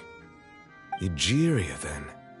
I had never met her, but her appearance here does match the records. The previous Archon kneeling before the floating island in the skies, as if confessing a sin. Did she herself commit that sin? And if not, why would she be in such a posture? Also, I'm still wondering why these ancient stone slates are here at all. Judging from their contents, could this place be the origin of the prophecy? Does that mean that someone, or some people, once saw these slates? But who would have created these slates and left these words here? It seems that any further clues will have to come from Furina. In that case, there's no time to lose. There's nothing else to be gained here, so let's head back first. Yeah, we better get somewhere safe for now.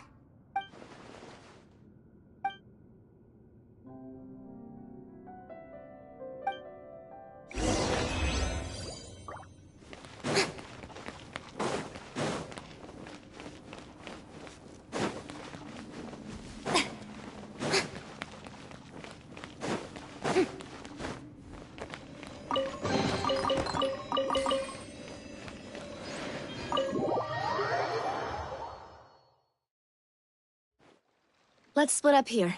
I'm going to check on what's happening with the Spina. You know how it is. There's some things you just need to be there for yourself. You still have energy for that, Navia? Paimon's already beat. Just head back to the Fluvsandre and have a rest then. Thanks for keeping me company all this time. I'll depart as well. Thanks for your hard work today. Rest well, everyone. Traveler, I will go talk to Furina tomorrow morning to ask about the stone slates. I'm sure that you're concerned about this matter as well. If you have time, drop by my office. I will share the results of our discussion with you. Are you really gonna talk to her about this directly? Will that be a problem? Paimon's getting a little scared now that it's come to this. She has long been harboring secrets, and will not give them up easily. Which makes it all the more my duty to ensure that she understands the present situation. Alright, we'll leave it in your hands then. You're probably the best person to talk to her anyway. I will be carefully considering my words tonight. Traveler, Paimon, our safe house at the Fluvsandre is always open to you, as ever. So please don't think you're an imposition. Alright. I'll be on my way then.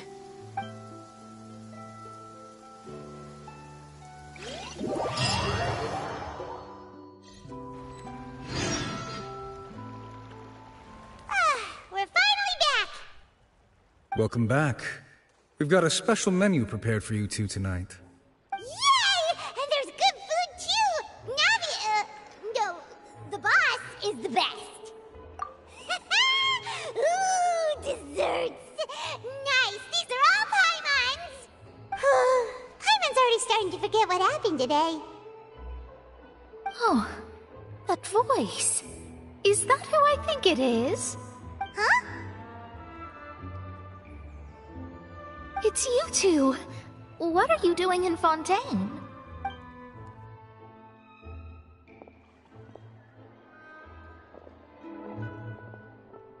Mona?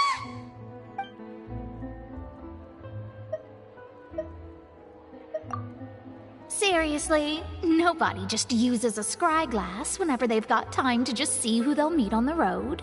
Still, we didn't expect to see you here. Wait, you're not a Fontanian, are you, Mona? Well, I have some business to attend to here, so I booked a hotel in the city. I was just out for a stroll when I bumped into you. Quite unexpectedly, if I might add. Why did you think I was from Fontaine, though? Is that because Magistus doesn't sound much like a Mondstatter surname?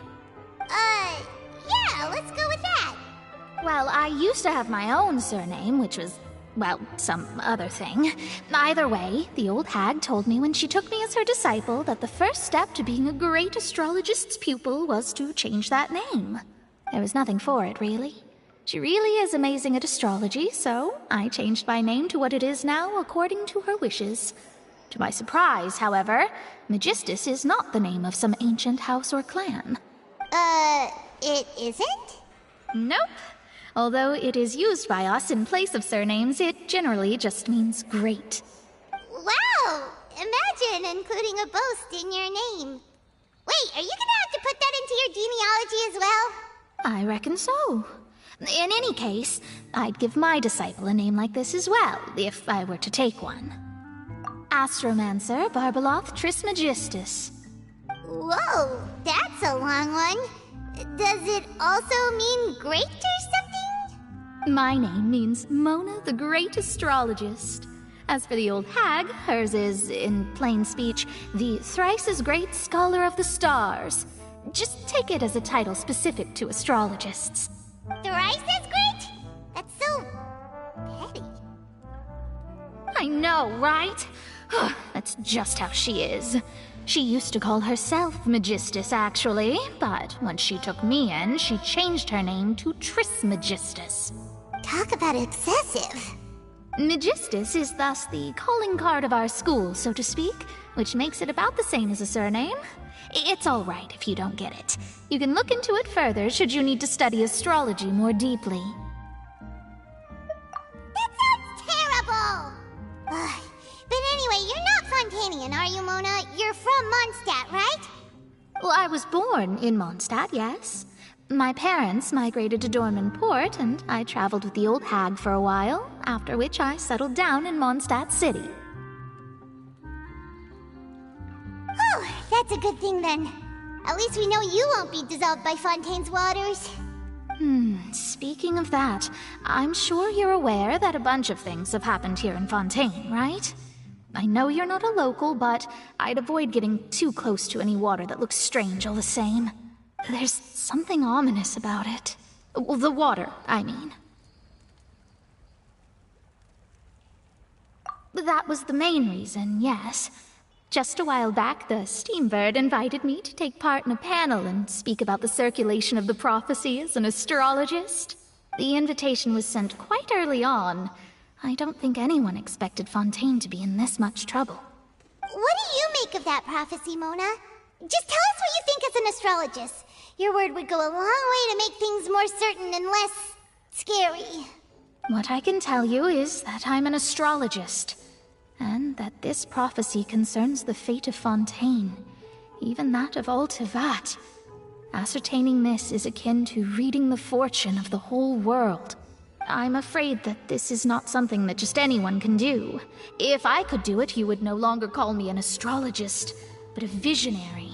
But on the flip side, the prophecy is so huge and powerful that it must surely come from a powerful visionary. Its contents involve the fate of the world. Disregarding it would be a mistake. A visionary? Sounds really powerful and all, but does such a person really exist? Of course. The old hag could do it, and I'd bet there are others amongst those Hexenzirkel colleagues of hers who could do something similar. Are you sure? All right, I'll help you. It isn't often that I see you with such a serious look on your face. I'll tell you once I hear back from her. Thanks, Mona! You're amazing as always! Oh, well, this is something only I can do after all. So yes, your praises are quite welcome. That's the greatest of astrologists for you! Of all the people we know, you know the star's the best! Indeed, indeed. That's the spirit. Oh, sorry. I came to see what all the commotion was about. If there's anything you need, do not hesitate to inform the Spina di Rosula. Oh, whoops. Guess we were getting a little too carried away there. Well, I'll go tend to my own business now. If I receive any news, I'll be sure to come find you two again. And there she goes, quick as rushing water. And here we are with the Spina guy giving us suspicious looks. If Paimon hadn't spoken for you, it'd be you getting all the weird looks. The things Paimon does for you. That's more like it.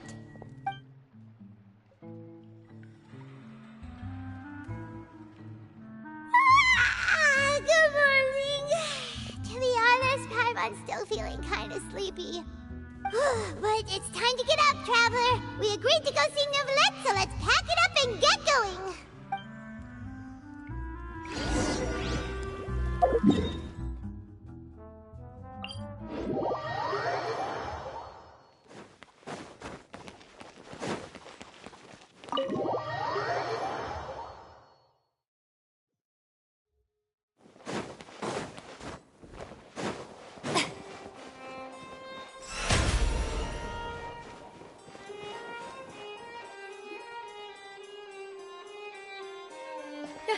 You're here! Finally! Is something wrong? Monsieur Neuvillette and Lady Furina, they seem to have gotten into a dispute. Please go see for yourself.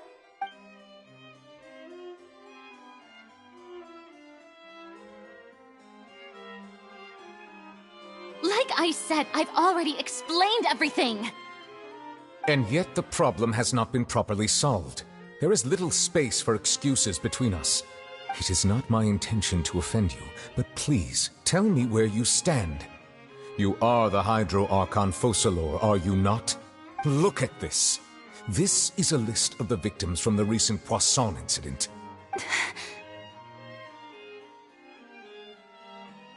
You mean... they're all... We did not arrive in time to avert this disaster, and I will not have it happen again. I will say this once more. You must tell me everything you know. Yesterday, I found 3 stone slates in some ancient ruins near Poisson. Do you know anything about those? Seriously? You're questioning me like this is a court case now. I don't know anything about that.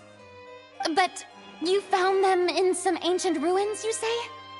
That's correct, which is why I came to ask you some questions. There should have been 4 slates, but one of them was missing. The other 3 feature different images that seem to correlate to the prophecy. The prophecy? The second of these slates depicts the previous Hydro Archon Egeria kneeling before a floating island in the sky, as if confessing something. Do you know nothing of this either? I don't. I've never seen such slates. I'll ask you again. Do you really have no information regarding the previous Archon?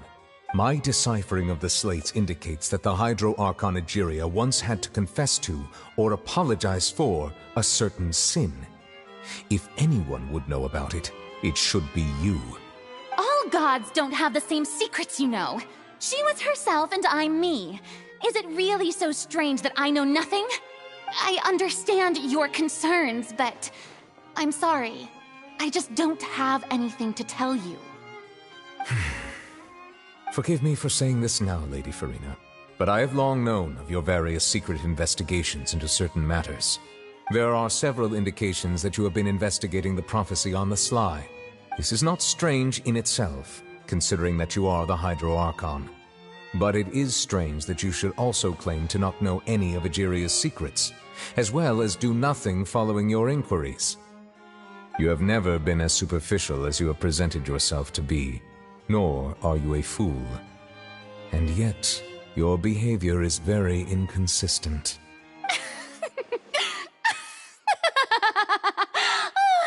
So you've been watching me all this time, have you? I didn't think you were that type. You... Well, since you know about my secret investigations, then you should know I'm actually working to take care of it. There's no point questioning or suspecting me. You're the Eudix, but you're still my subordinate. You should be following my lead. Just trust in me, your Archon, and do as I say. Never mind whether you can truly convince yourself to or not. It'll all turn out fine. That's all I have to say. We do not discuss this matter again. Oh, the opera's about to start. Toodles!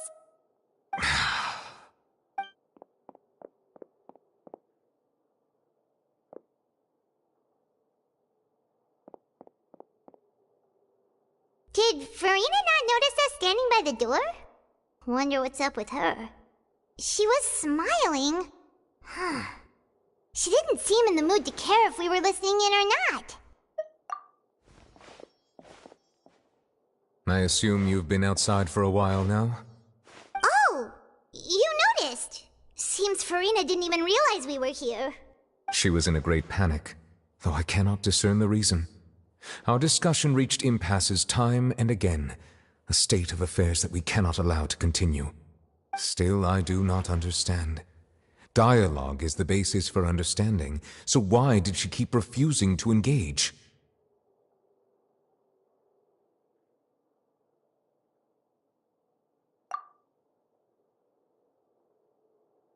Everyone in her inner circle has noticed that she is hiding some secret. The issue is her attitude. I fear that she will not reveal anything unless absolutely forced to. We may have to create a situation in which she will have no choice but to speak. Oh? Like what? Normally, people will only reveal the truth when standing trial. Perhaps we must have the Hydro Archon experience just such a scenario. But Furina's seen so many trials, and she's really good at dodging questions. How do we make sure that she won't just slip away at the first chance she gets? We will need to consider this thoroughly, join forces with various parties, and then do what we can.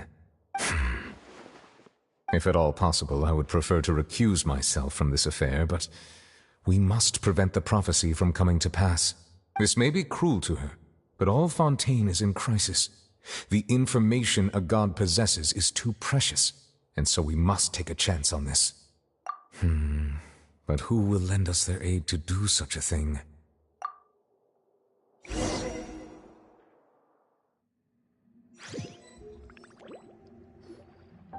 Well, that's everyone, huh? Speaking of which, it was pretty smart of you to think of hiding here. Poisson was just involved in a disaster, so it's presently devoid of people. That naturally makes it the best choice. And here you are drinking tea like it's the most natural thing in the world, huh? That's what families should do. Sit and enjoy a leisurely time together. It's nice to enjoy tea here, you know? Care for a cup? Lend me your ears, everyone. Or perhaps one of you might like to start us off. How about you, friend? Me? No, I don't think I can. Then, how about you, good sir? I fear that I will cause the mood on this boat to become as somber as it is in court. Well then, I guess we're lucky we've got a local like me to organize things. Wonderful, the spotlight at last. I guess I'll be facilitating things from here. That was a little long-winded, don't you think? Oh, you might be right. Anyway, to cut to the chase, our friend here, the Traveler, has brought us together to discuss something. As for what that is, well, let's start by saying that we'll be pooling our efforts together to create a series of traps. Oh, how intriguing. Well, it's just an expression, really. One that I just learned from Chlorand, and use on the spot. So, let's invite her to explain in detail. A round of applause, please. Huh? Didn't you say that you would be facilitating this? Oh, come now. Your work doesn't involve much public speaking, right? This is a good chance to practice. You might even pick up some fancy oratory tricks to impress your boss with in the future. I see. And what does my boss say? He is glad that you consider him your boss. Do go on.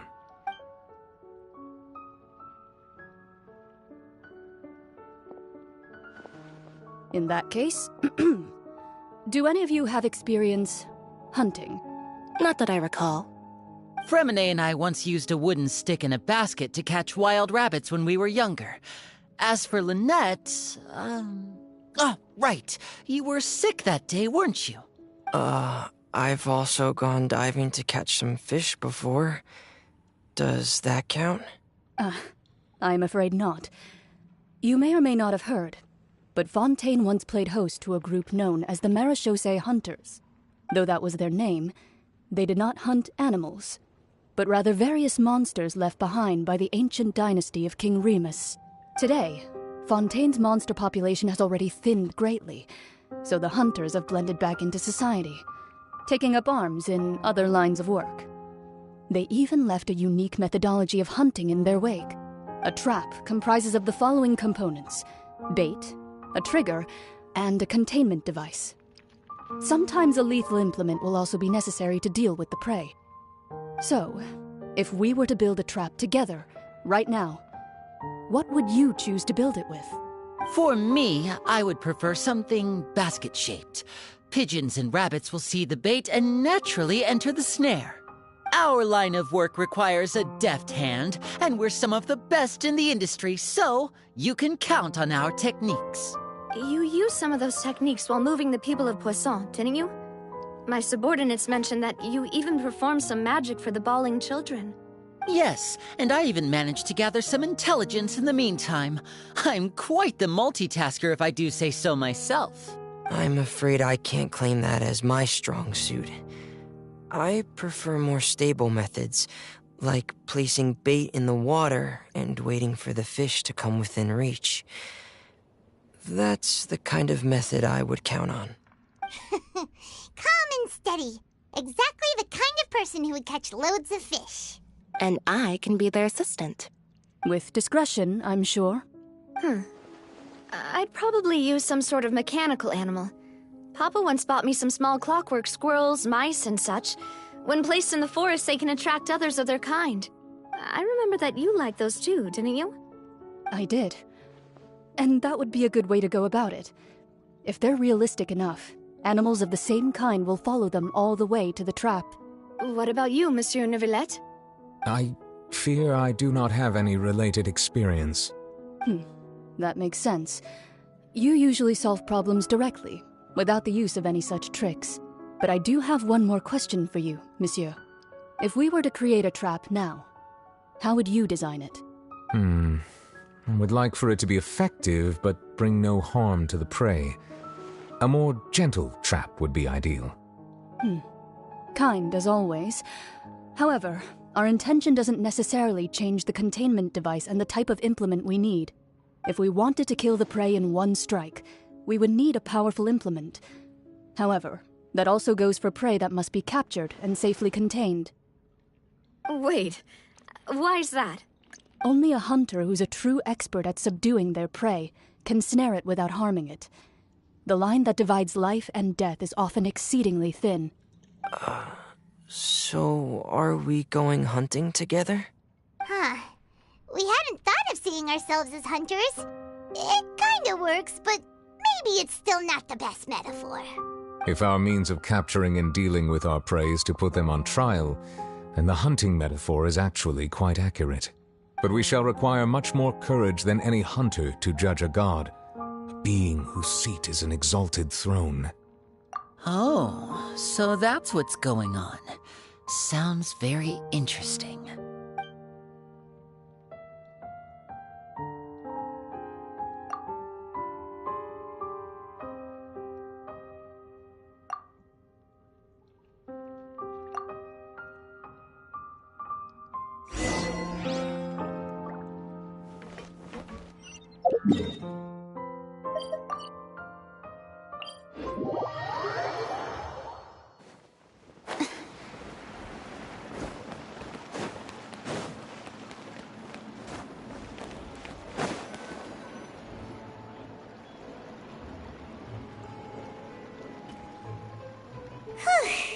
It's been a tough few days, hasn't it?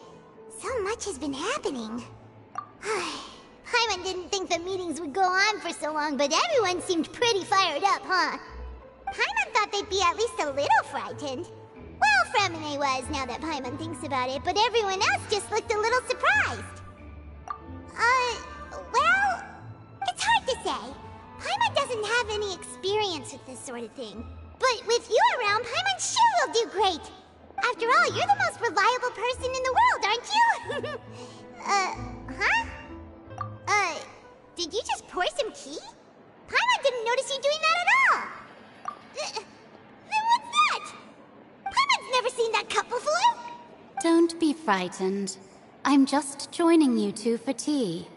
I merely refrained from saying anything till now.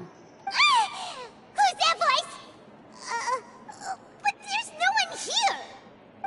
Aw, have you forgotten forgotten me already? Wait, you are familiar. You're the voice we heard from the sky in Sumeru. The voice from the sky, I fear that description is wrong. Though, not completely wrong. You're feeling lost now, just as you were feeling previously. I sensed that confusion and thus came to you. Guiding people is an irresistible hobby of mine, after all. Consider me a passerby, just accepting a commission from my friend's disciple on a whim.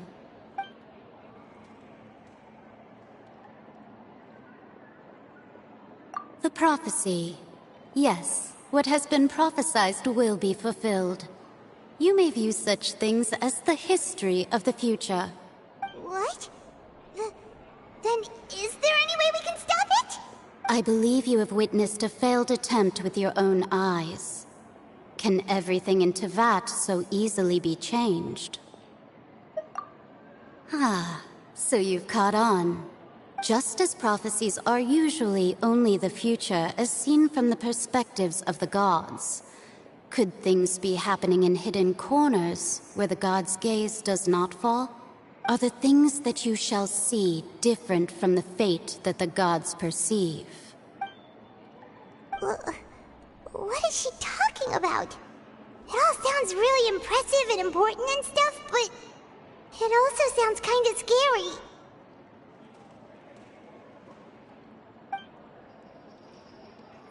I believe that you understand, right?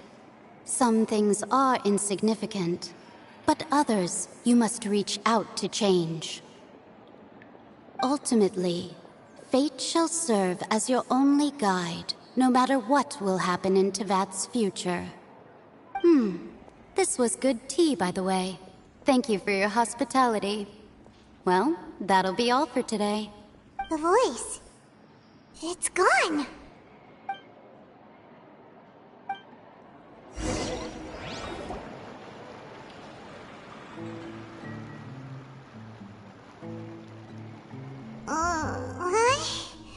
I want to hear someone talking. Alright, coming! Hey, it's you who's getting lazy, okay? Well, I see I've walked in on some lively banter. Luna! Fine, just fine. I went to take part in that Steambird panel. It turned out to be more interesting than I expected. Not all Fontainians are pessimistic about this. One journalist mentioned that sitting around and waiting for the end to come would be wrong, and that they should make their own rescue preparations. I agreed, so we had a brief chat with her. Did she have pink hair by any chance? Why, yes! It was Charlotte. You remember her, right? That daredevil journalist? I'm in full support of her view. Prophecies are very important, but how can people allow their lives to be commandeered by just a few words? That's right! Paimon's glad to hear something sensible for once. Yes. About what we had discussed before. I did try, but I'm afraid I couldn't reach the old hag. I'll try again tonight, but I wouldn't get your hopes up. Huh?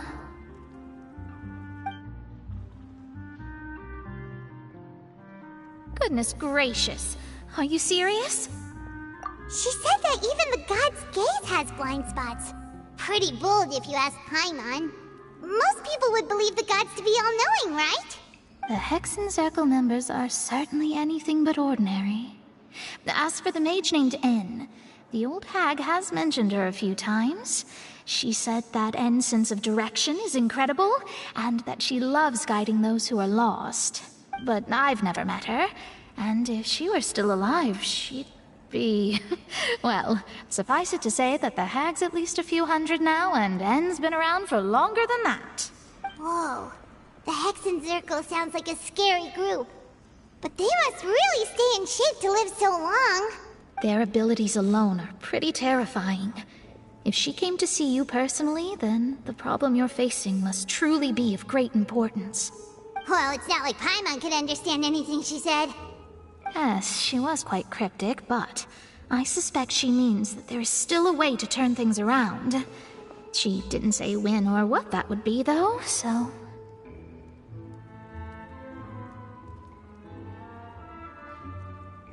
Perhaps it is something that you cannot know right now.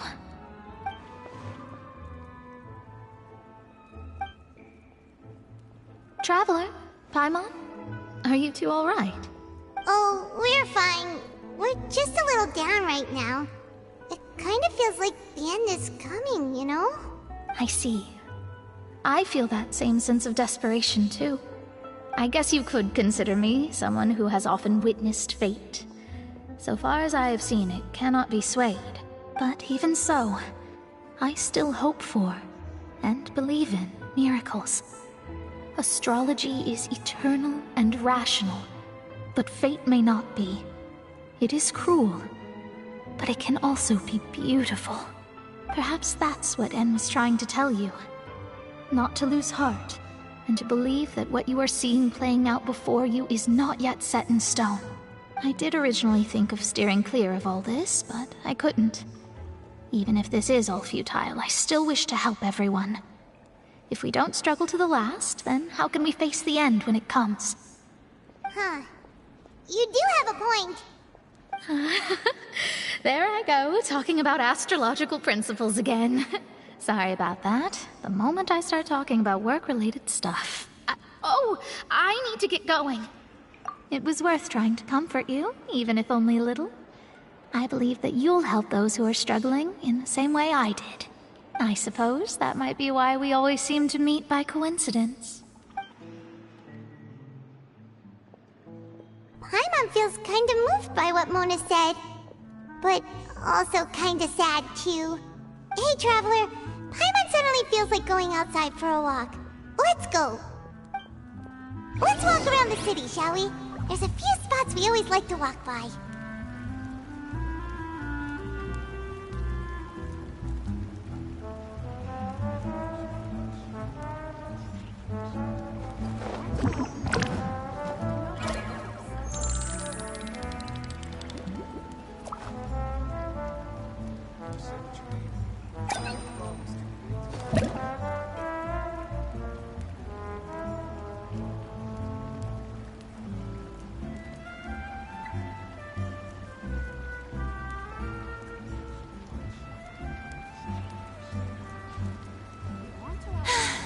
Being too popular can be such a hassle. Who knew the people would adore me so much?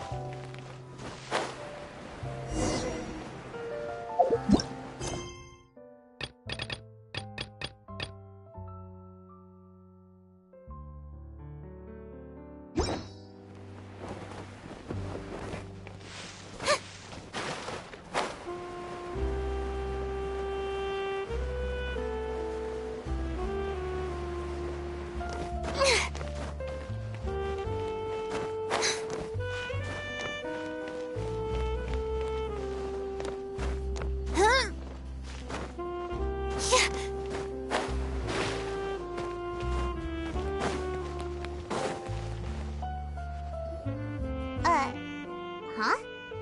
Our names are written in this newspaper. What's going on? Let Paimon see! The underwater stronghold, the Fortress of Meripede, has continued in its noble autonomy, but that does not mean that others cannot interact with it.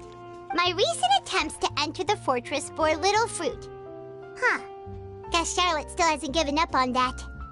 Thus, did an Outlander friend become the focus of this report? A blonde adventurer with their white fairy, legends trailing in their wake. It is said that this mysterious traveler once visited the underwater fortress. So while the fortress's interior remains a mystery behind closed doors, Do not fear, for the Tales of the Traveler contain surprises in spades. Journalist Charlotte's biggest scoop yet, the Traveler's Trail, World Walker. Huh. Charlotte took so many awesome photos of us and we never even noticed her. She hasn't been able to get a hold of anything at the fortress, so since we're easier to find, she's using us as the subject matter instead? Ugh, seriously? Well, fine. Those headlines and photos do look cool, so Paimon will forgive her this time. So these are the kind of headlines. Shower me with praise!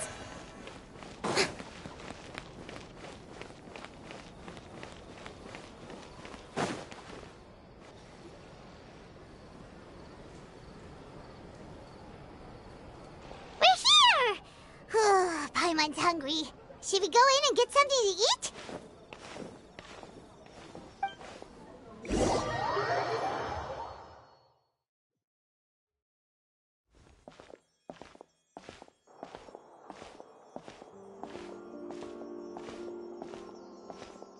Hey, quick!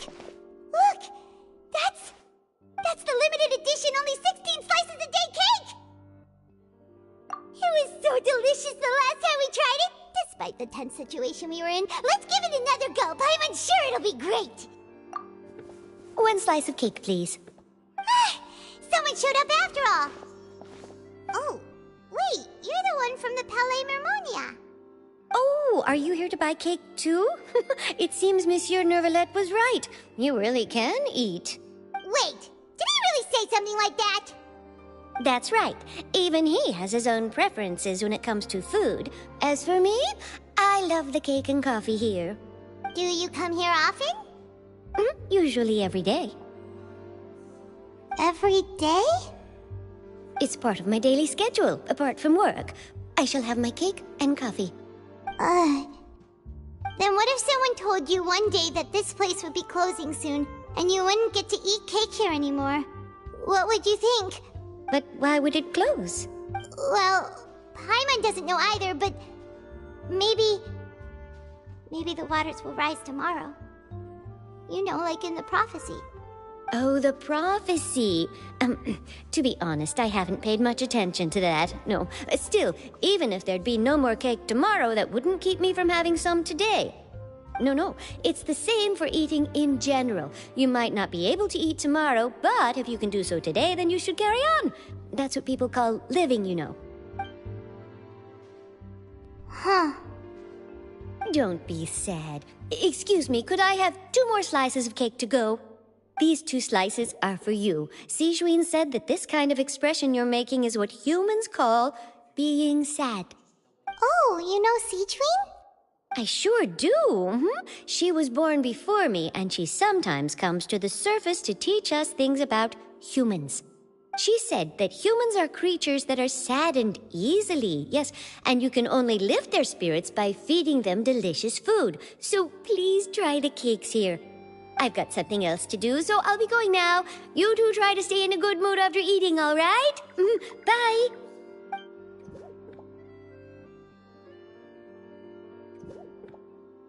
And there she goes!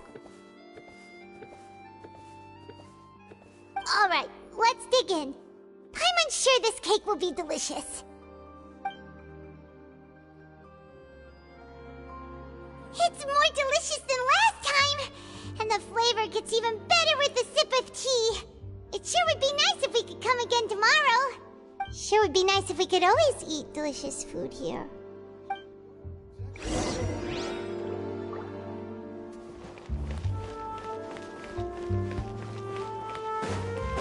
Strike a pose!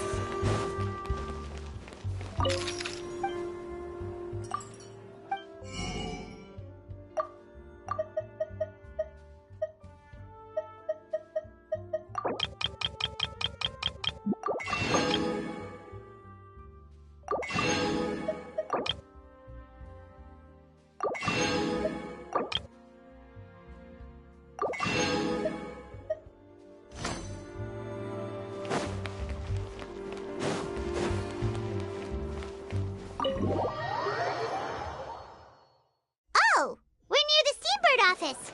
Let's go look for Charlotte and have a chat.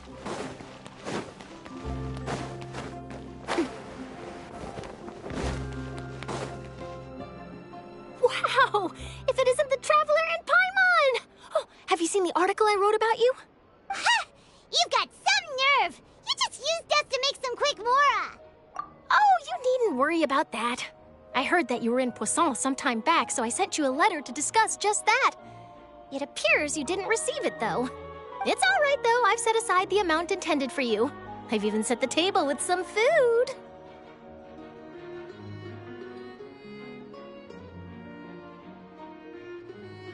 Really?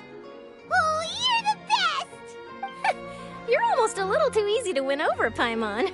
If I were a journalist with ulterior motives, you'd be in trouble now, you know. Oh, Paimon knows you're not like that. Still, what brings you here all of a sudden? Were you looking for me?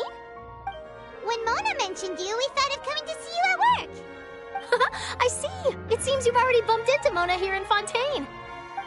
So she mentioned me? What did she say? She said that you're a real daredevil of a journalist.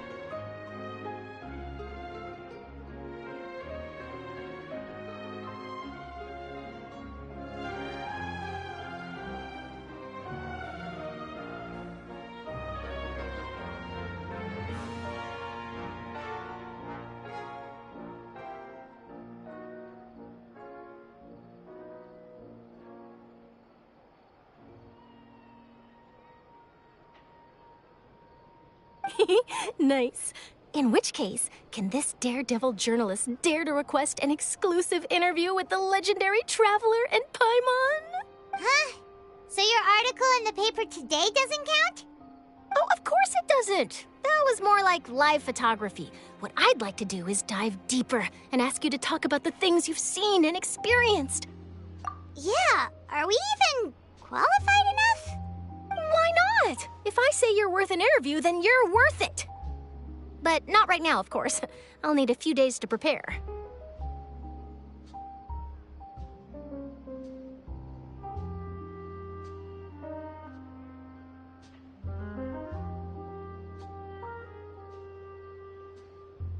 Oh, in that case, we'll just chat when you have the time then?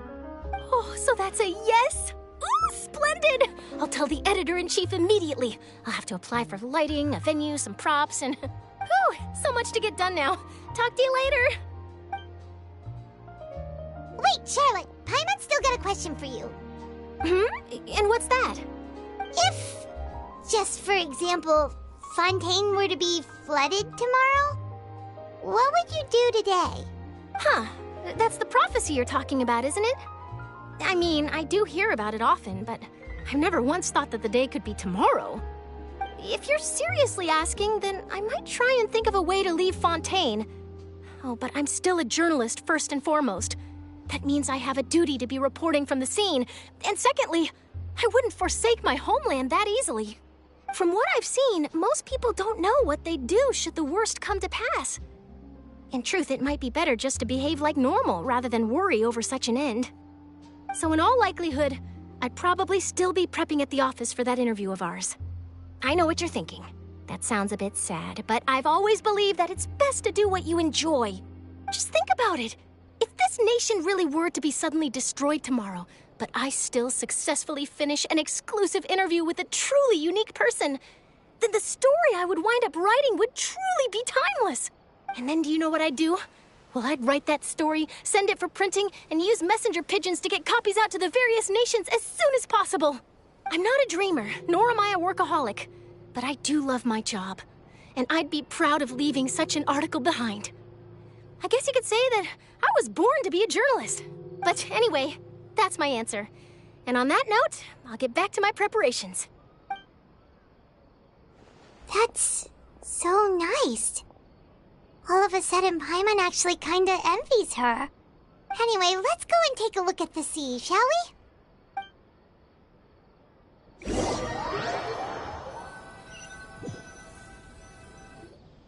The sea breeze and scenery can be a pretty soothing combo, huh? Paimon's been thinking. If it wasn't Fontaine, but all of Tevat that would be destroyed tomorrow, Where would we go and what would we do? No, Paimon should ask, if you could choose, what would you like to do?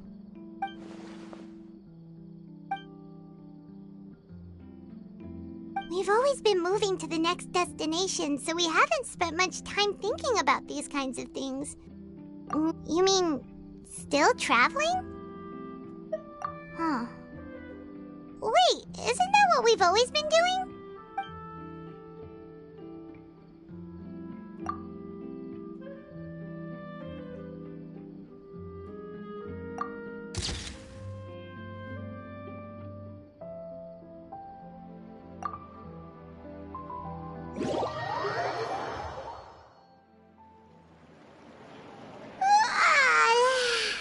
Feels like you'll grow mold if you stay here long enough.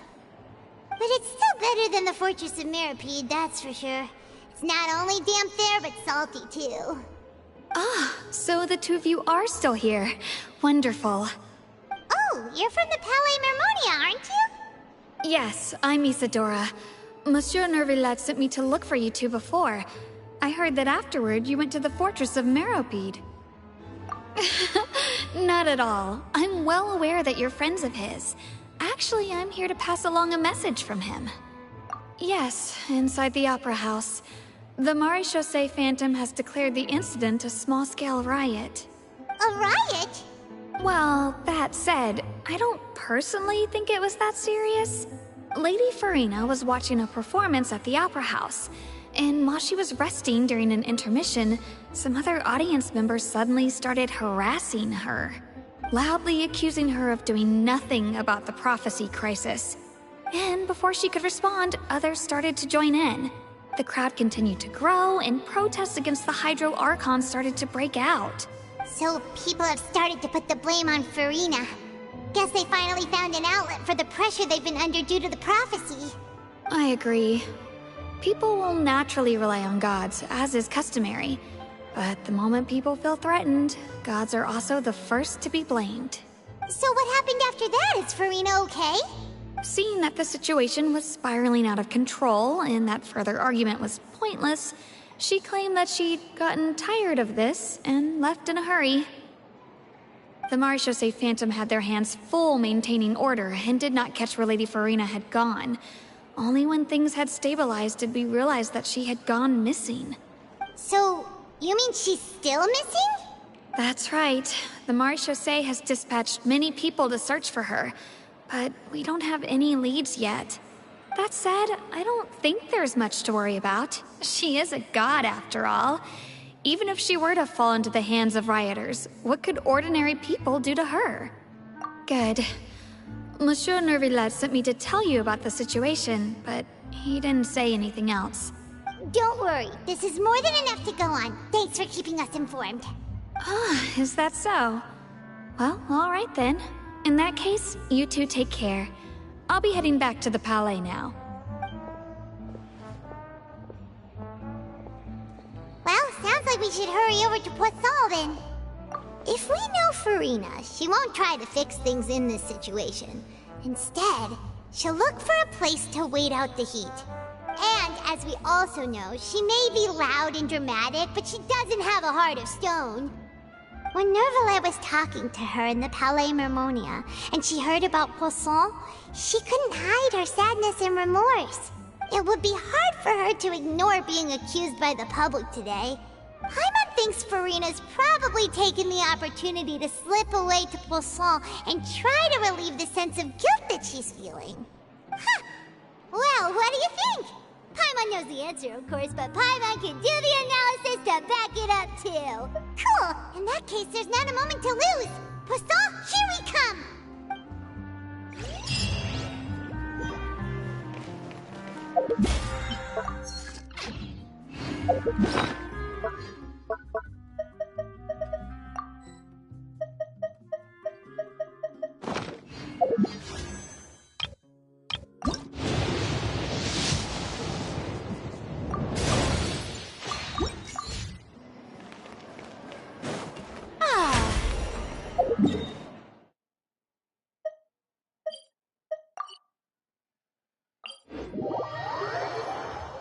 This place looks deserted. Could Furina really be here? Well, let's try to find her as soon as possible.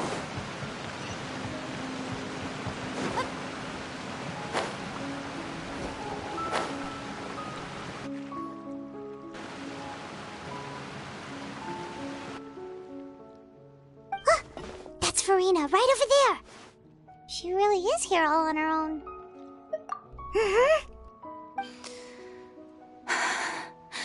Should I just give up? This is all meaningless. What was meant to happen did happen after all. Everyone's dead. I'm sorry. I am so sorry. Give up, Furina. There's no point in holding out.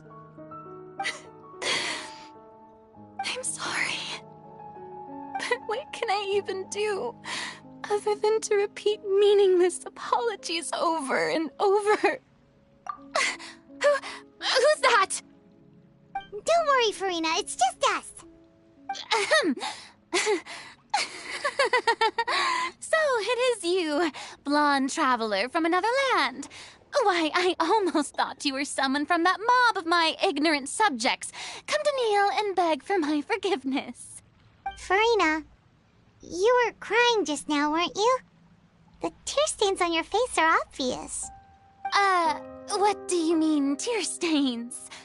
Oh, I remember. The show at the Opera House earlier this morning was so moving. I'm still trying to process it. Who did that uncivilized rabble think they were, disturbing my enjoyment of the arts? They even dare to tout their Archon. I must teach them a lesson. I can just imagine their twisted and frustrated faces once they realize that I'm nowhere to be found. Oh, and I'm sure Nouvellette and those people from the Maréchaussée Phantom are freaking out right next to them, too.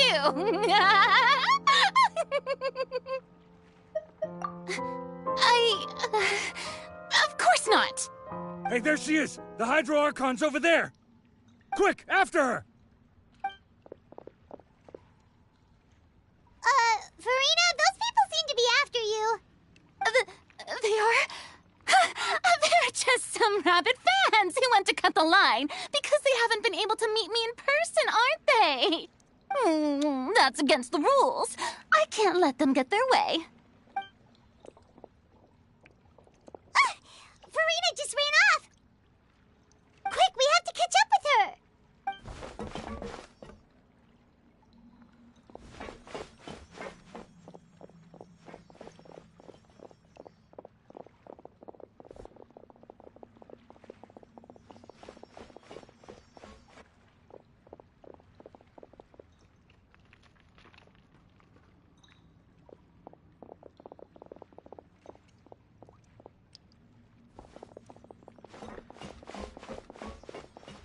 This should be the place, right? Hey, Furina!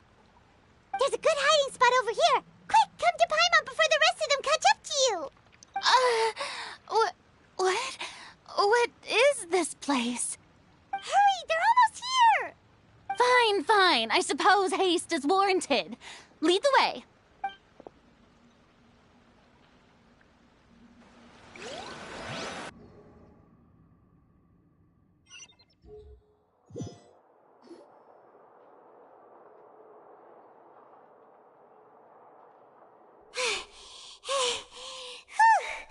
Paimon's exhausted.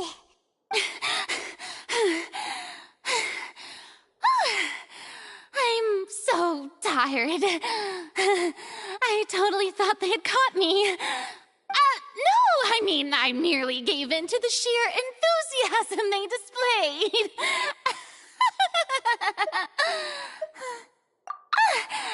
You're right. Yep, that's a good girl.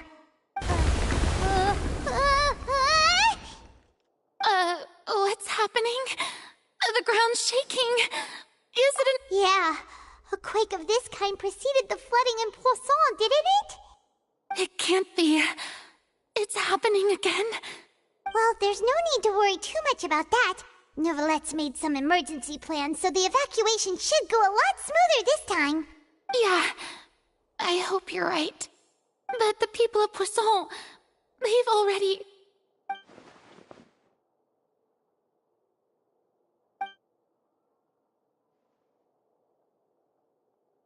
It's true. I've been investigating the prophecy for hundreds of years. I once had informants all over Teyvat, searching for clues and feeding information back to me. I've tried all kinds of ways, too, to hold back the sea. Anything to keep the coastline from advancing. But all my efforts proved to be futile in the end. Really, the truth has been clear to me for a very long time. We cannot make an enemy of the divine. No matter what we do, the will of the heavenly principles will have its way, and the prophecy shall be fulfilled. Give up. I do love the sound of that phrase. It would mean finally coming to terms with fate, but also for me to finally be free. Indeed, I've thought about giving up so many times, especially after we almost lost Poisson. Fate is really unreasonable, isn't it? It has no heart and obeys no rules. The prophecy has only just started to come true, and so many people have already lost their lives. But just now, it all became clear to me. I still don't have the right to come to terms with fate on behalf of everyone else. As long as the final moment hasn't come, it's still not too late. Don't worry. I will keep hope alive for everyone until the very end. Well, that's enough for now. I got the impulse to play the stricken maiden, but honestly, considering my rank and station, that wasn't a good fit at all. Don't take any of what I just said seriously. How could I possibly let Fontaine fall to the whims of trivial prophecy? Come on! Paimon could have sworn you were actually being honest just now.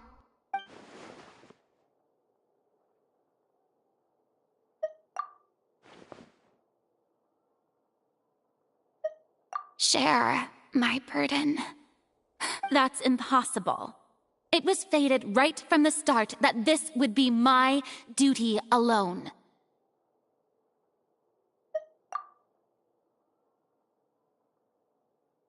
A witness.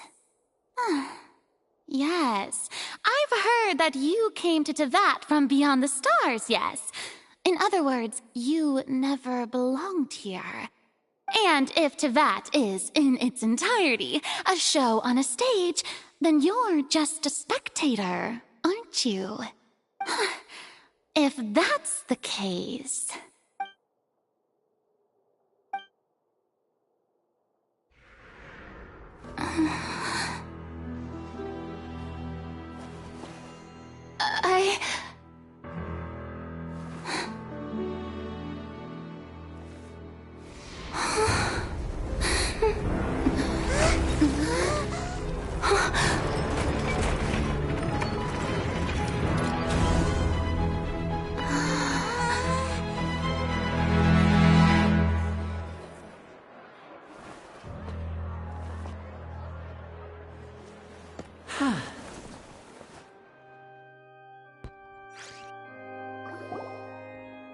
Ladies and gentlemen, this concludes my opening performance.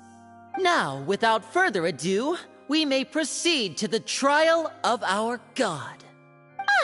So this is what it is. Yes, you deserve praise for the effort you took to raise the dramatic stakes. Do not forget, however, that I am Focalor, the god of justice, the embodiment of justice itself. Does it not strike you as even the least bit absurd to bring the very concept of justice to trial?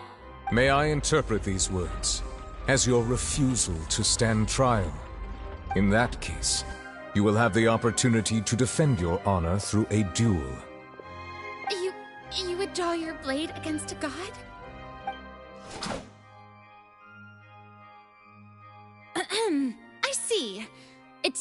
like you have made up your mind.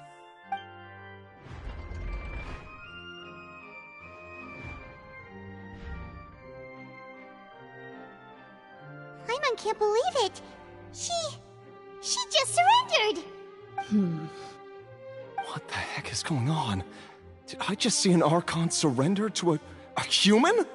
Wow, how utterly humiliating. Lady Furina, what is the meaning of this? Shh!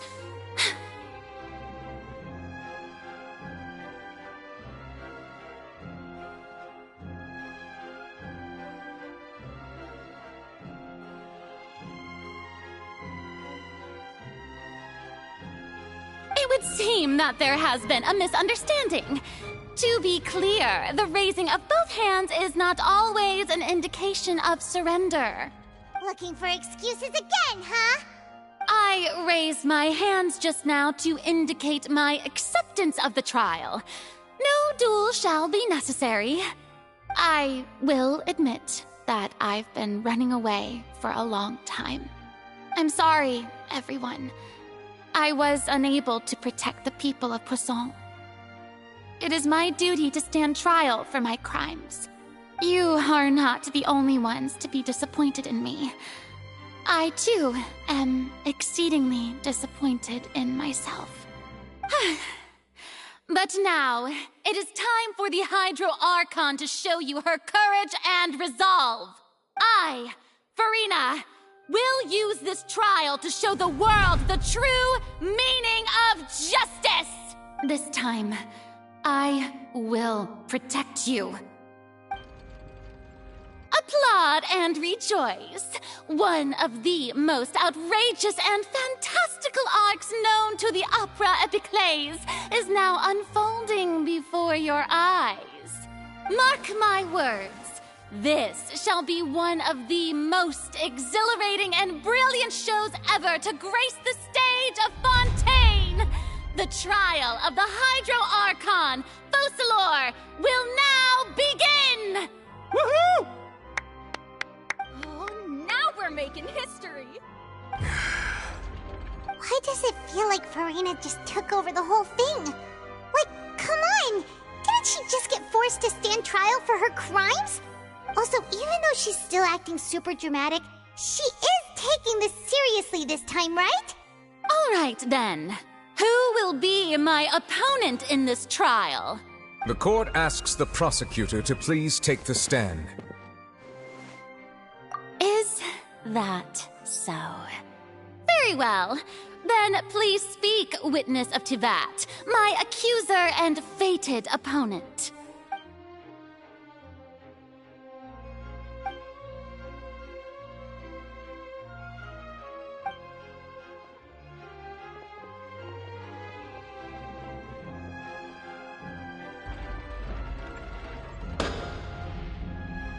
Also, please allow me to ask, as a final question before the trial begins. Just how much work did you do to force me onto this stage? Well, we did do a lot of prep after the meeting that day. I can go over the tasks assigned to the Spina di Rosula, since they were rather straightforward and easy. Navia, the president of the Spina di Rosula.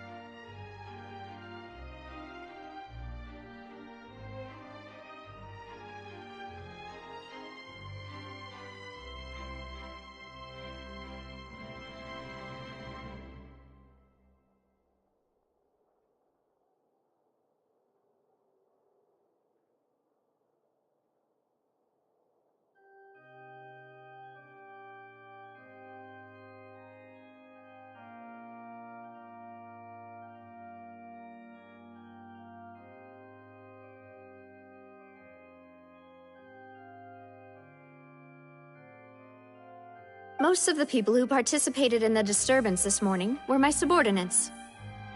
They changed into plain clothes and came to the Opera House as regular audience members, waiting for the perfect opportunity to incite insurrection against you. The people's resentment against their Archon has been building as more and more of the prophecy is fulfilled. A spark was all we needed to turn smoldering anger into a flame.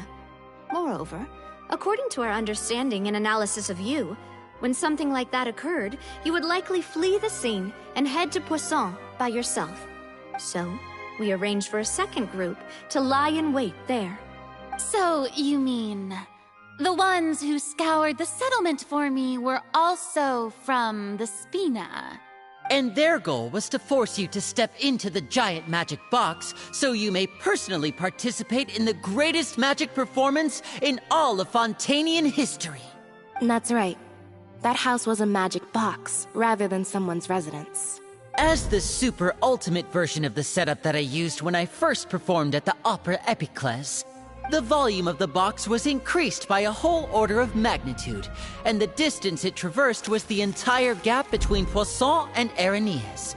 Its cargo, of course, was an Archon instead of a human. My thanks, Furina. Without your help, we could never have pulled off such an extraordinary performance. You're welcome? Of course, this performance was only made possible with Father's support. The House of the Hearth spent a massive amount of labor in Mora to pull this off. We had to select a location, construct the giant magic box, dig a tunnel, and open up a path through the water. So, in other words, the earthquake that we felt within the giant magic box was just a normal tremor from the transportation of the whole house? That's right. It wasn't a sign of another disaster to come. Then, I can guess Nervillette and Cloran's parts. You gathered a crowd, prepared a stage, and made sure that the champion duelist would be immediately ready for a fight. Also that as soon as I appeared on the stage, the trial may commence without a hitch. Am I right? Yes, that is correct. Well, Clorand, I must commend you for your courage. Only the most outstanding champion duelist in all of Fontaine would accept a duel with an Archon without flinching. Thank you. As for you, Traveler, I suppose your role was to keep me distracted with conversation once you found me in Poisson. You'd make sure that I didn't notice anything amiss before revealing yourself as my prosecutor once we'd arrived onto the stage. Oh?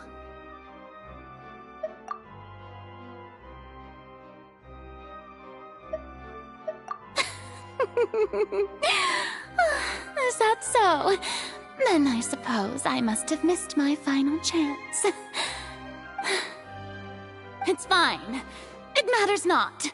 What's done is done. The stage is already set, so there's no reason to disappoint the audience. Let's see this trial through to the very end.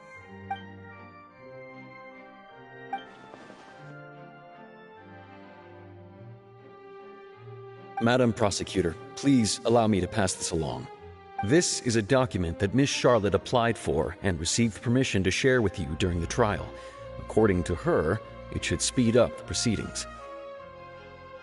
Huh? Charlotte wanted to give us something?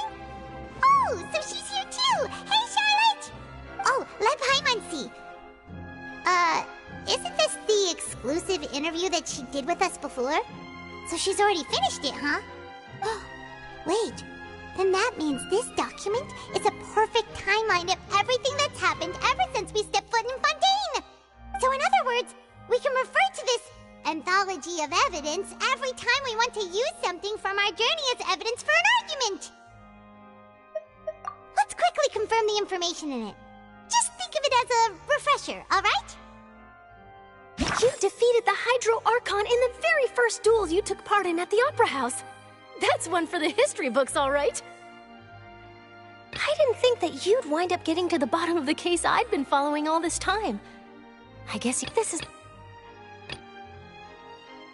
the first time Monsieur Nervillette had a difference of opinion. This is the first time Monsieur Nervillette had a difference of opinion with the oratories. Even the Hydro Archon can't figure it out. A Fatui Harbinger. She's an extraordinary person. Her instinct must mean something. The fortress of Meripede was almost destroyed in a single day. That I didn't witness that scene personally will always be a source of professional regret, I think.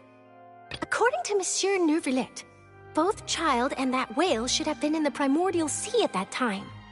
I nearly lost my awesome friend Navia. To be honest, that still gives me shivers. The words of someone as extraordinary as a witch can probably only be truly understood when something surreal happens to you.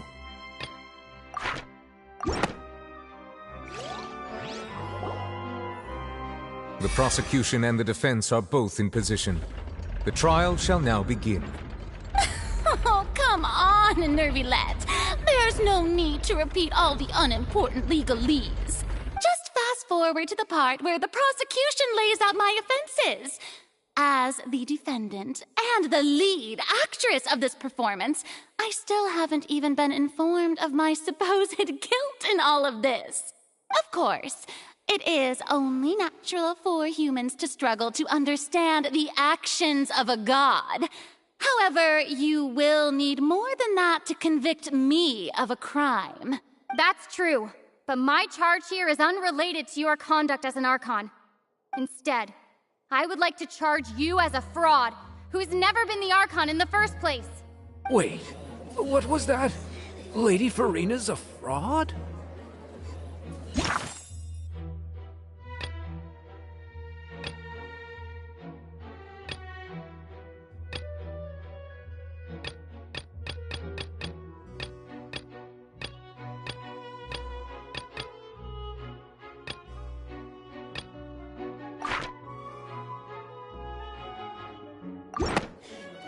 Hey, I came here thinking that we were going to try the Hydro Archon for forsaking her duty, but did I hear that right? She's not our Archon at all? Charge accepted.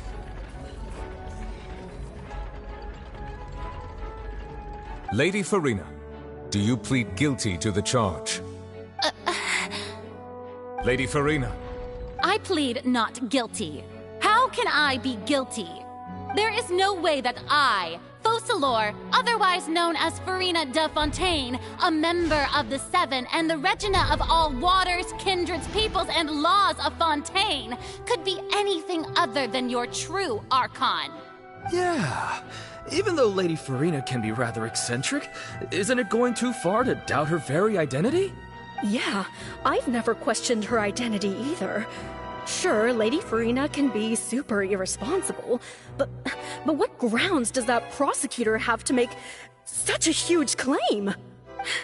I have cause to believe that common sense will prevail in this case. Many of the members of the audience have known me as the Hydro Archon ever since they were born. There would be no fooling their memory. See?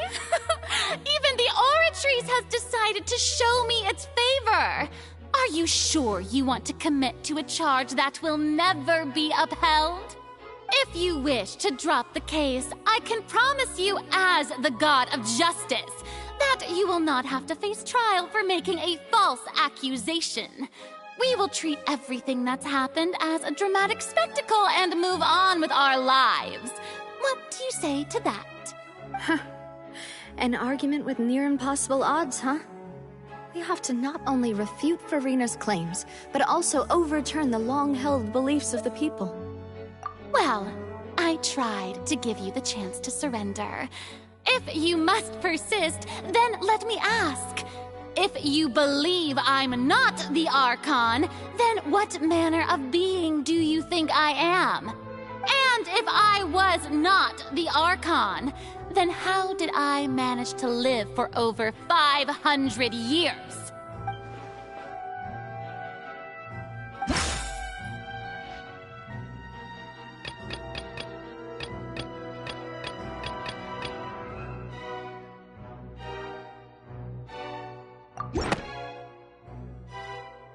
First of all, you may be a member of another long-lived race, which would allow you to naturally possess an extended lifespan. And second of all, even if that wasn't the case, there could be other ways to extend your life. Who gave you that idea? Was it the knave? You'd sink so low as to use a harbinger's words against me.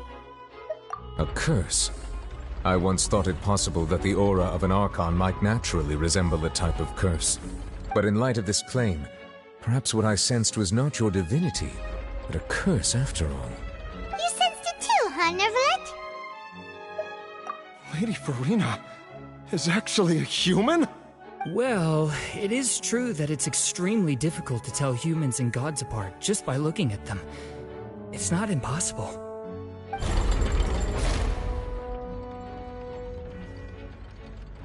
Well, don't start celebrating too early now.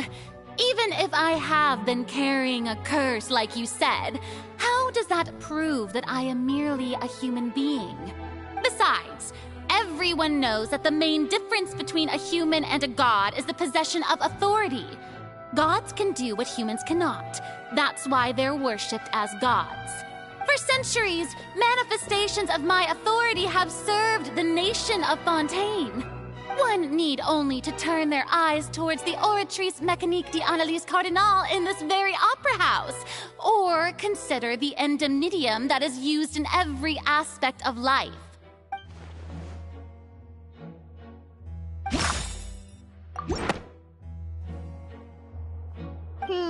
That doesn't sound right.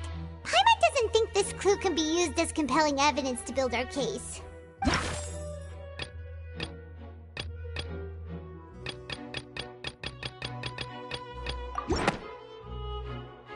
You tried to reference the Oratrice, but weren't you as confused as all the rest of us when the Oratrice declared Child to be guilty without any proof?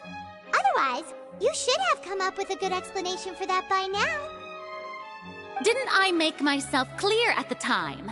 The decisions of the gods are naturally difficult for humans to comprehend. There is no need to provide an explanation. Lady Furina, I believe a reminder of your current circumstances is in order. While the court is in session, the principles of justice and the law must come before all else. While you are an Archon, you are also first and foremost the defendant in this trial. You will prove yourself unable to defend against the prosecution's charges if you continue to withhold vital information against the rules of the court. I never thought you'd use that kind of rhetoric against me. That was no trick of rhetoric, Lady Furina. I've merely reiterated the rules of the court.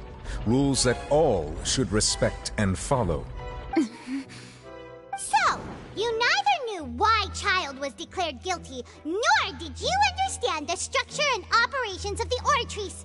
Instead of having been created by you, the manifestations of authority you mentioned have been made by the real Hydro Archon, haven't they? The real Hydro Archon?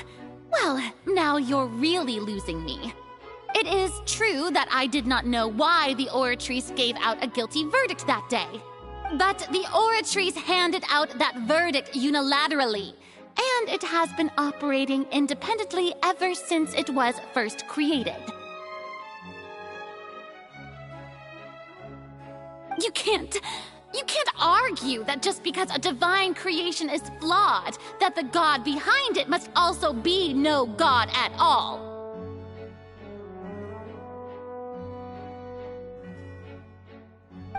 She's still throwing out all kinds of excuses.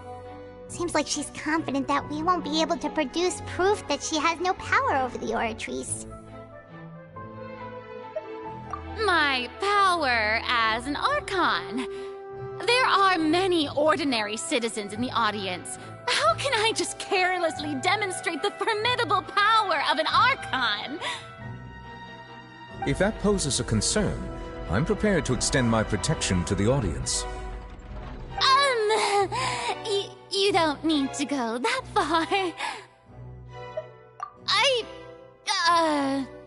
Aren't you the Hydro Archon? Or is it that you can't even wield the power of Hydro, much less the authority of a god? Indemnitium! Yes!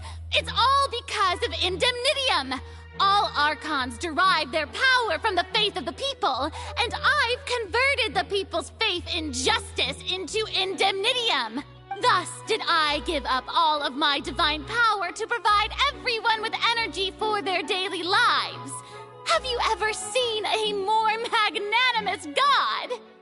Isn't that a huge stretch? Yeah, no matter how generous an Archon can be, how could they give up all their power? Can a god with no power even still be called a god? It seems like nobody's buying Furina's excuse. Hey, come now, everyone. Please don't stare at me as if I was a liar. I'm still the same Furina you knew, right? The one that you loved. Shouldn't you want to believe in me? Please? You've got to believe me. If what the prosecutor said is true, she really has committed a grave offense.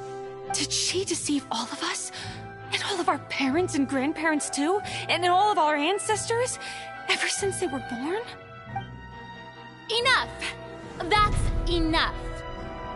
Tell me then, if I'm not the real Hydro Archon, then who is? If you have no evidence of another Hydro Archon's existence, nor can you find anyone who can back up their claim to be such, then what grounds have you to say that I'm not actually the real deal? Wow, she came up with yet another argument. How can we refute her now? Seems like she really doesn't want to give up.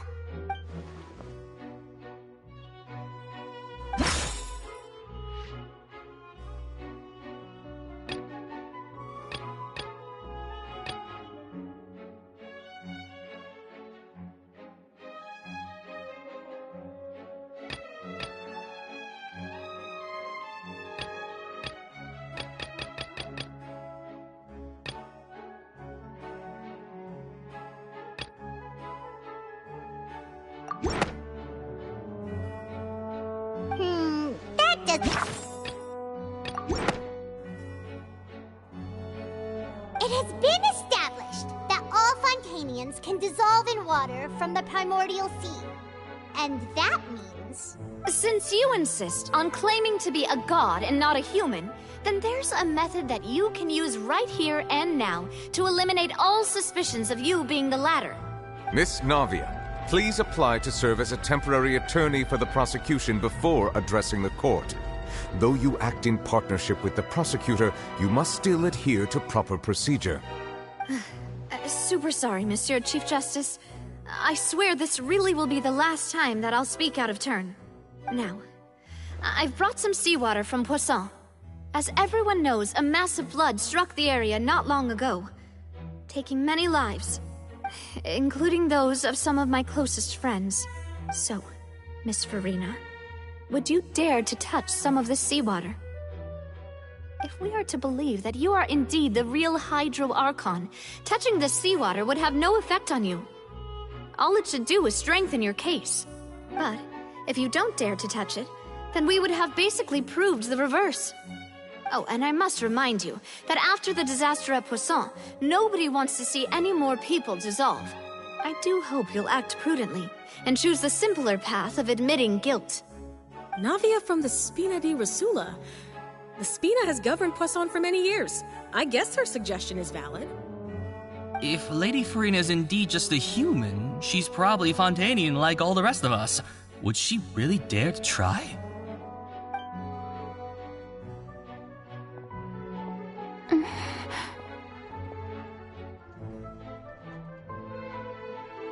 Lady Furina, this test has been unilaterally proposed by the prosecution. As it falls outside the realm of standard court proceedings, you possess the right to decline participation. Well, of course he had to tell her that. But refusing to participate is basically the same as a confession of guilt. She's just staring at the water without saying a single word.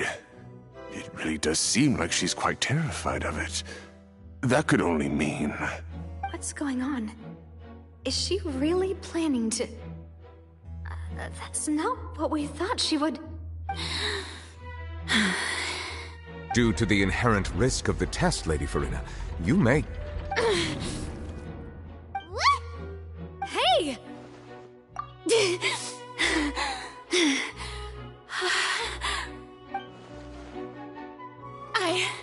I'm fine! Look at me, everyone! My hand is still here! I haven't been dissolved! Will you believe me now? I really am your Archon! I'm nothing like a normal human who would fall apart as soon as they touch this water! Really? Was this not the most obvious thing in the world? Miss Siegewing? If you're present, Miss Siegewing, please come forward and attend to the defendant. Siegewing? Don't be nervous. It'll just take a few seconds. Let me see. That should be enough. Please announce the results of your evaluation to the court, Miss Siegewing. As everyone doubtlessly saw, Miss Furina was displaying symptoms of hyperventilation and flushed skin. These indicate that she was experiencing the adverse effects of exposure to primordial seawater. The extent to which she was affected is the same as other humans when exposed to primordial seawater of a similar concentration. Thank you, Miss Siegewing. Lady Furina, you may return to the defendant's stand. Oh, wait. What did she just say? I didn't get dissolved! Shouldn't that be enough to prove my innocence? Well, considering your tendency to run from your problems, we did originally prepare a direct sample of the seawater around Poisson. However, after extensive discussion, we exchanged it for a sample that is not concentrated enough to dissolve an actual human. After all, on the off chance that something entirely unexpected might occur, we don't want anyone else to lose their life to the sea. Yeah, so out of regard for Furina's life, you secured a low-concentration sample and asked the head nurse to serve as an expert witness. It's a great thing that the direct sample wasn't actually used. Furina could have... I can't believe... You...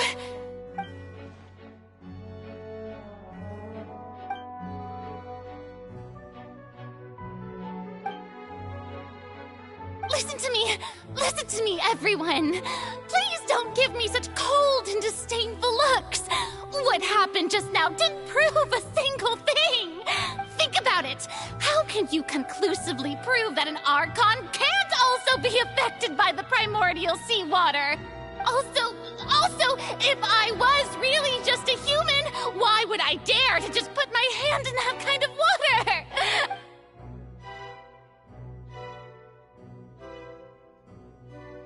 Please, anyone, just listen to me! I swear, I really am your Archon!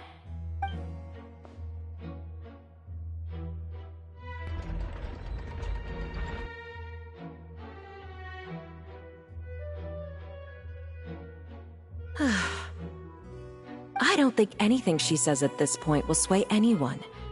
The odds are just too stacked against her now. With all the things that have been said, Paimon doesn't think there's any way left for Furina to win.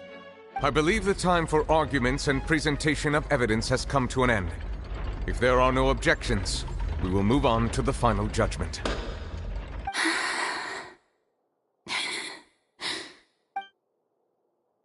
I don't think anything she says at this point will sway her. She's too stacked against her now.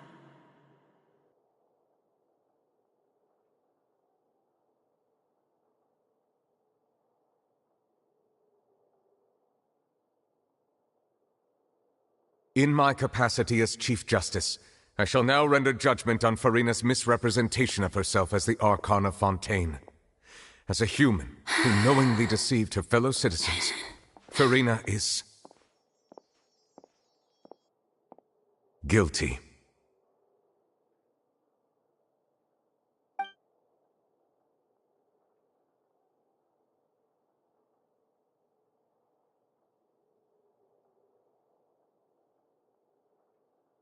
We shall now turn to the Oratrice Mécanique d'Analyse Cardinale to render the final verdict on the charges.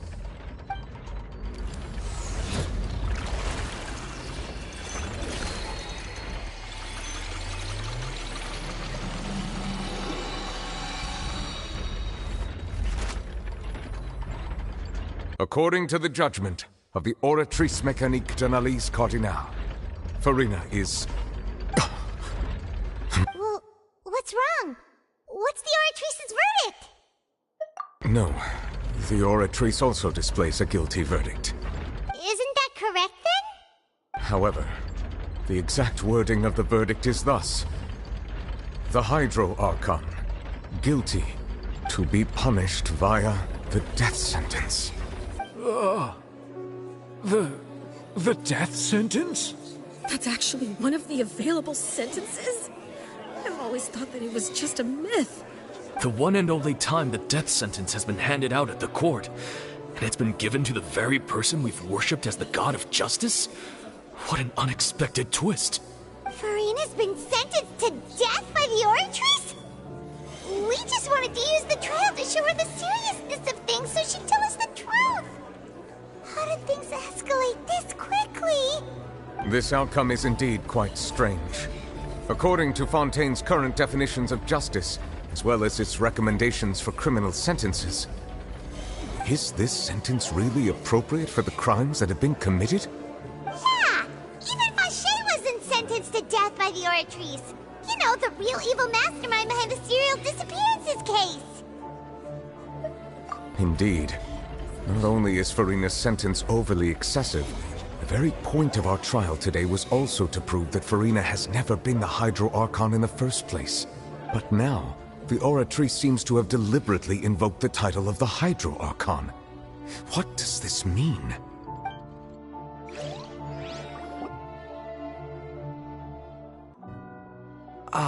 Excuse me, if I may interrupt. Is the trial still going? Fremine! You finally made it. I assume this means you've completed your mission? Mm-hmm. Any mission Father assigns to me will always be top priority. Is that the first prophecy slate? Huh. So the knave privately arranged for Fremine to try and find the missing slate. I looked everywhere and finally found it at the bottom of the sea. It took me a long time to get around some dangerous stretches of water. But has the trial already concluded? Then doesn't that mean I've come too late? Oh no. Father will be disappointed in me. Thank you for your hard work, Mr. Fremine. Please allow me to review the record left on the slate. Traveler, I believe that you have already seen the other existing slates, and would like you to come here and confirm their contents. Huh? So what do you see? What is it?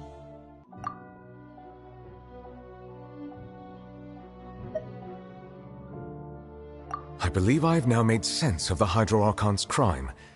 It has to do with Fontaine's lost history. Huh? Isn't the Hydro Archon just guilty of deceiving her people? Oh, wait, no, that's Furina, and we've already proven that she's not the Hydro Archon. So when you say Hydro Archon, do you mean the real Hydro Archon we've been kinda talking about? In truth, everything that you've encountered in Fontaine up until this point can be traced back to the contents of these stone slates.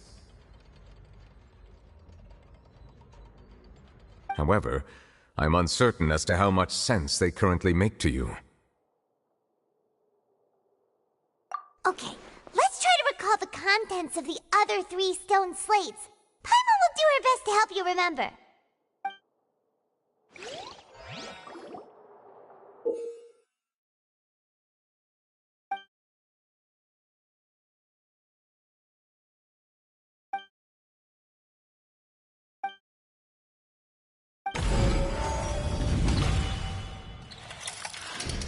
The first stone slate describes what you just said. It seems to show the previous Hydro Archon using her divine power, and then the Oceanids turn into humans. Does that mean that Fontanians are transformed Oceanids? Oh, Paimon wasn't expecting that. But if Oceanids can turn into humans, then perhaps this process can be reversed as well. The second stone slate shows Celestia floating in the sky, and the Hydro Archon and her people worshipping it together. But the heavens still brought judgment down upon them. This must be the point when the Hydro Archon and the Fontanians were branded with their original sin. Does this mean that the original sin and the Hydro Archon sin are the same thing? The third slate shows the Hydro Archon sinking into the sea surrounded by many people.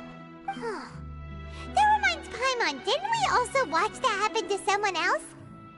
Well, the fourth slate is the prophecy the Fontanians have been talking about. People dissolving into the sea, the Hydro Archon crying on her throne, and so on. We didn't believe that such a crazy disaster could happen at first, did we? But after that incident, it was just a question of when and not if.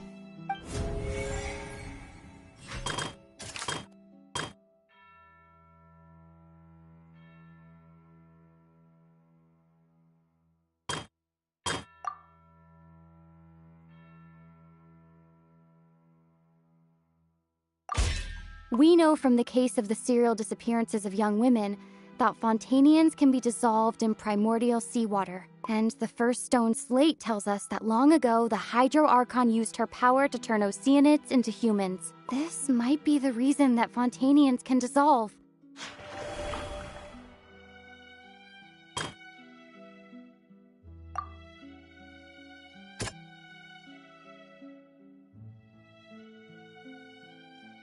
That doesn't sound...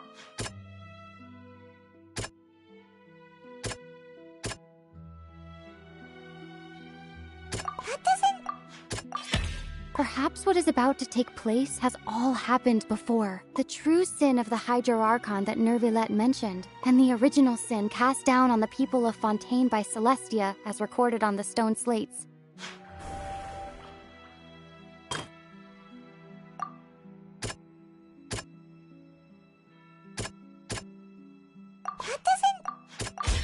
It's not as simple as falling into the sea. When the stone slates show the people gathered around the Hydro Archon in the sea, could that be alluding to the same thing?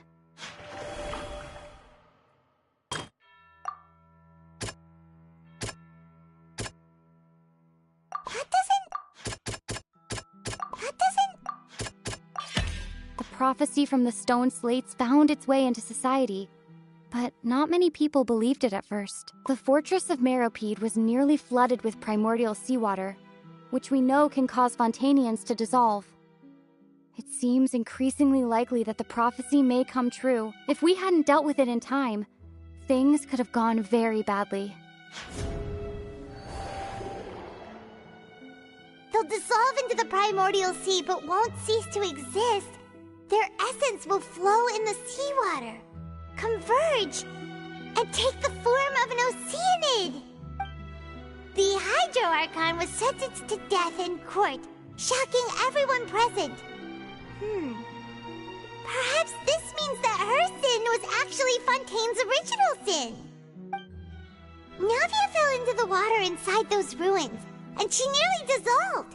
She was surrounded by the people of Poisson in a court within her consciousness, and was forced to take part in a trial meant to make her stay. The eruption of the primordial sea at the fortress of Meropide was the surest sign that the prophecy was about to come to pass no matter what. The prophecy's contents can all be verified by recent events.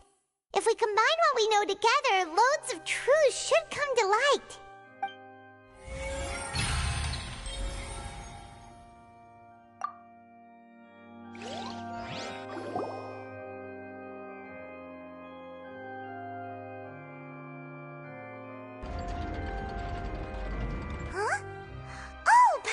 It now, so that's how you can make sense of it.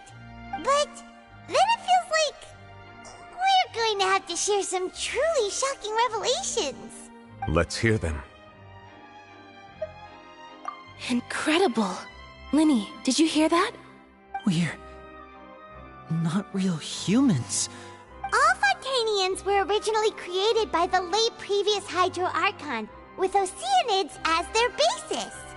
The evidence for that can be found in how only Fontanians could dissolve in primordial seawater, and how all the girls Vacher dissolved were also turned into Oceanids. Oh, and according to Navia, when she was about to get dissolved, she also saw everyone gathered around for a trial, all of them in the shape of Oceanids. Indeed. Yeah, and it follows from the content of the first slate that she probably angered Celestia by creating humans without prior permission. That could also explain why the Oratrice judged the Hydro Archon to be guilty. It's to account for that ancient sin. The Hydro Archon's true sin was creating us? And yet, after many hundreds of years, the Hydro Archon's creations have turned around to try to judge the Archon within the Opera Epiclese. The twists of history are often the most unexpected of all. Yeah, isn't the image here just like when Navia fell into the sea? So wouldn't it be trying to show the image of the Hydro Archon also falling into the sea once the prophecy has been fulfilled in the fourth slate? In the end, the people will all be dissolved into the waters, and only the Hydro Archon will remain weeping on her throne. Only then will the sins of the people of Fontaine be washed away. Did Paimon get all that right? You've made some keen deductions. I must say, given how much you still don't know, it is impressive that you've already managed to connect so many pieces of the truth. However, while you were able to decode all the information on the slates, they've also been etched with an additional layer of hidden information using a different power source. When we were at the ruins, I tried to decipher the hidden information recorded in the slates. But since we only had 3 slates at the time, I was unable to come to a full conclusion. Now that the slate collection is complete, I shall make another attempt to decipher the narrative recorded within. If everything goes well, we should finally be informed of the unadulterated truth.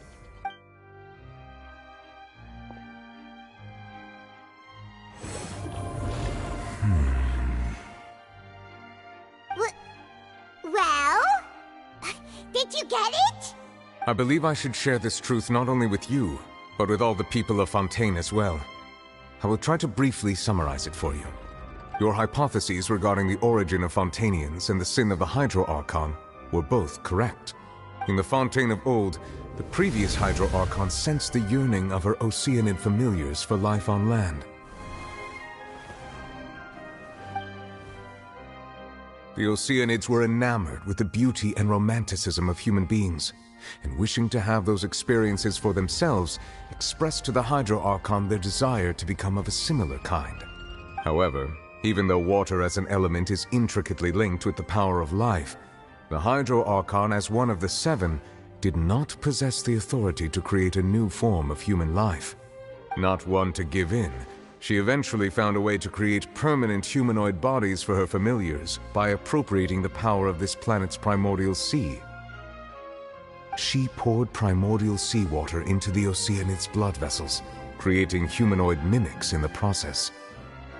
But if Fontainians were to ever come into direct contact with water from the primordial sea, the power within their bodies would escape these artificial restraints and return to the sea. As a result, their forms would collapse, and they would be reverted to their original forms as Oceanids.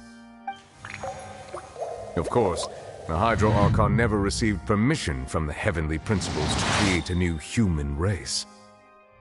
And thus, the Hydro Archon and all of her creations came to shoulder the original sin of appropriating the power of the primordial sea. That is the true history of how the people of Fontaine first came into being. So we were all Oceanids before we turned into human beings? That's way too much information for me. I think I'm just going to pretend that I never heard a single thing. Wait, but if that's the truth, we can't let the Hydro Archon be sentenced to death. After all, her only sin was creating us. This really might be too much information for your regular Fontainian, but it does answer a lot of our questions. Alas, your hypothesis regarding the 3rd and 4th stone slates was inaccurate. The slates' respective positions are, in fact, correct. A key point of the visual on the 3rd slate is how all the individuals depicted in the water are humans rather than Oceanids. They have not been dissolved, which implies that the water depicted in this slate is not water from the primordial sea. The nation of Fontaine is the nation of Hydro, as well as the nation of Trials and Justice. Instead of being the literal element, the water in the scene symbolizes judgment and justice. You may also recall Navia's experience. When she fell into the sea, her consciousness was surrounded by that of many others who intended to hold a trial to determine her fate. Therefore, the meaning of the third slate is that the people of Fontaine shall try the Hydro Archon at the Court of Justice. Yes, it refers to our present situation. I think I'm following now.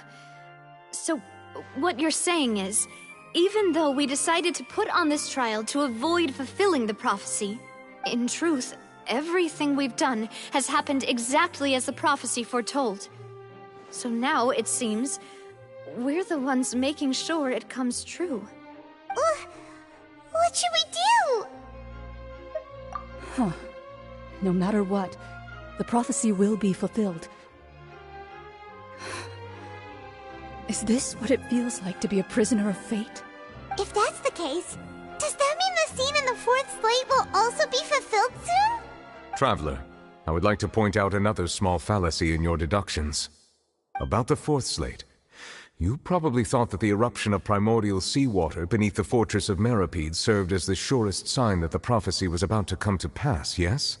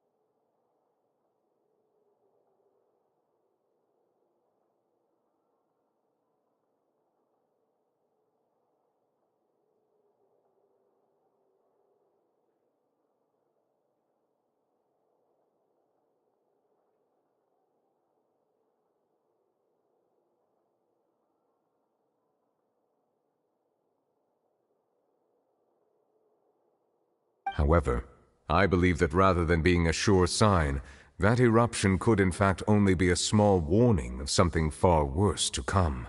As for the root cause of the catastrophe, I believe you've already encountered it once before.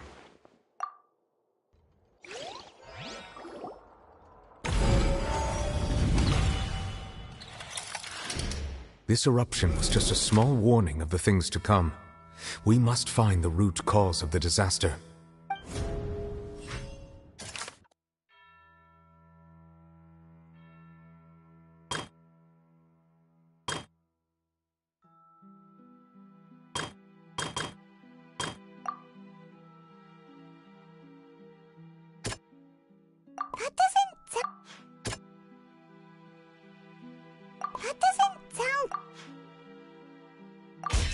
It was both dream and reality.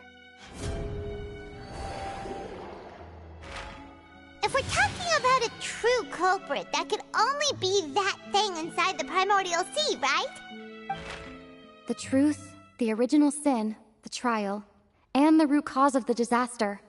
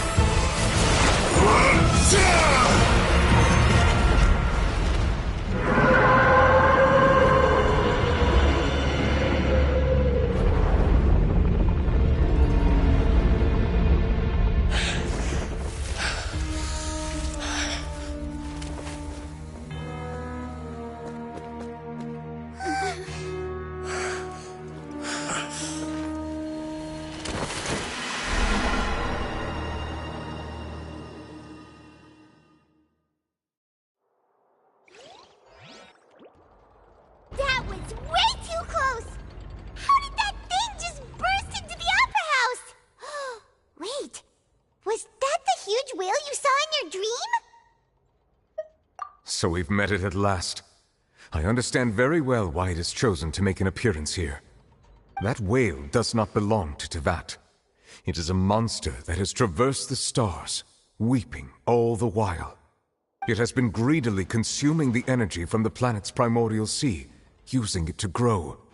That is the main cause for the rising sea levels. And once it has finished consuming all of the energy contained within the sea, its next step will be...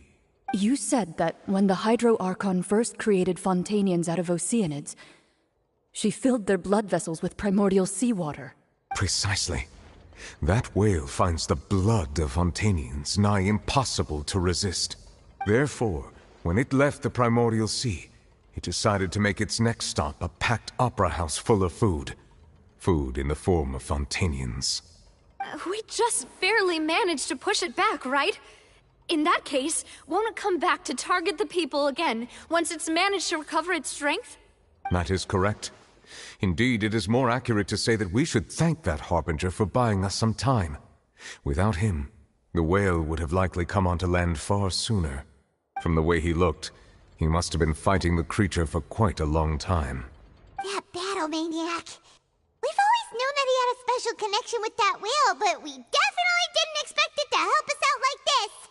Anyway, now that we know that this whale is the actual cause of the disaster recorded in the prophecy, all we need to do to stop the prophecy would be to find a way to beat it up, right? It is too late. It had already absorbed too much of the primordial sea's energy before we could notice it. At this point, it has become practically integrated with the sea itself. Even if the entirety of Tevat were to be destroyed, it could still survive and swim off towards some other world. That's not something I will accept. We've already done everything we can, and we even found the true culprit. We've come so far. You can't just tell me that the last hurdle is some impossible foe. That's just not fair. Indeed. That's not how a grand performance should end. I'll fight it to the end. No matter what. So the prophecy will be fulfilled no matter what, huh?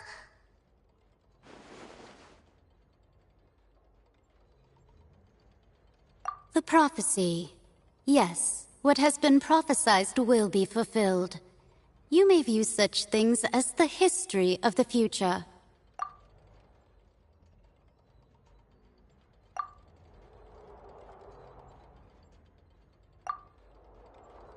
Just as prophecies are usually only the future as seen from the perspectives of the gods, could things be happening in hidden corners where the gods' gaze does not fall? Ultimately, fate shall serve as your only guide, no matter what will happen in Tevat's future. All you need to do is to play your part.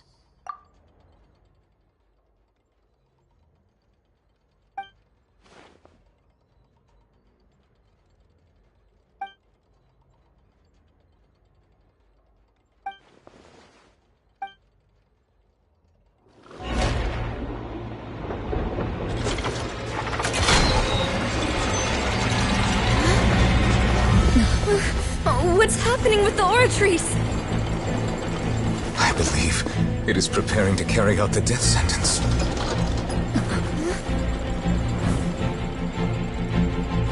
Furina!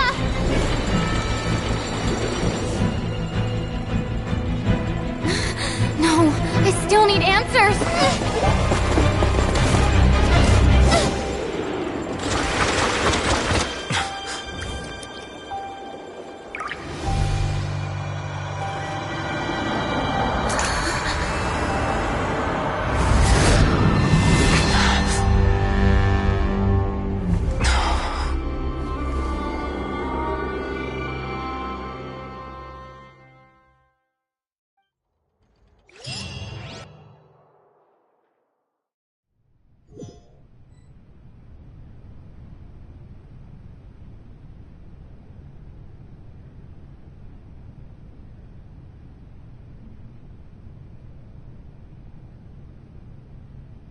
You...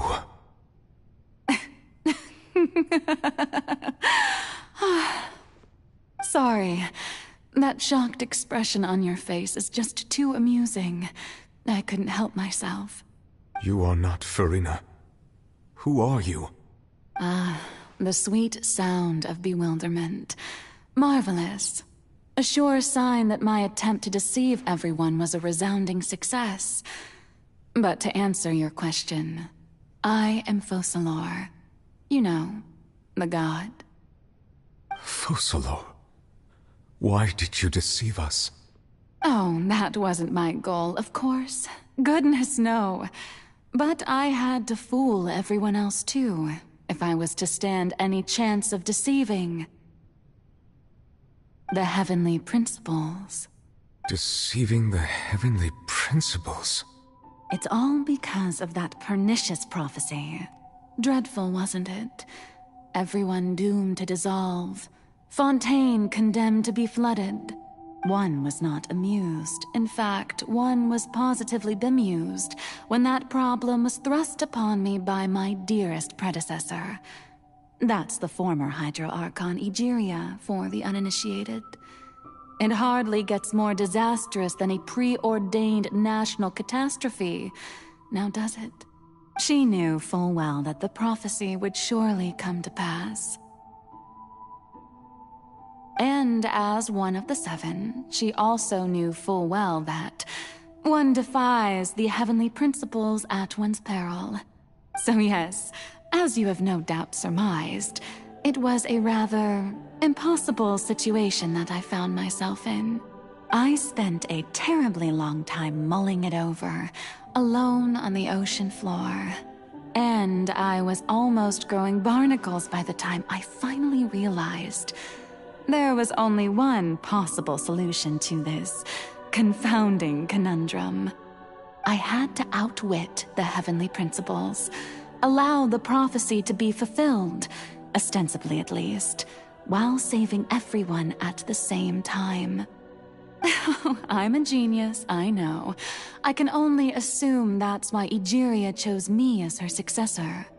Although, looking back now, it was hardly the inheritance one dreams of. Between the task of saving the nation, the quotidian duties of the Hydro Archon, and not to mention the original sin of creating a new race of humans, I dare say she left me quite a colossal mess to clean up. But one can only play the hand one is dealt. I did not choose this, any more than I chose to... So you were also once one of the Oceanids, transformed into a human by Egeria's hand? Yes, I was. I always dreamed of becoming human. And I still do, even now. In my eyes, to be human is to be part of the greatest opera ever known. After becoming a god, I separated my divinity from my body and spirit, leaving behind only a self that was as naive and bewildered as my past self on her first day as a human being.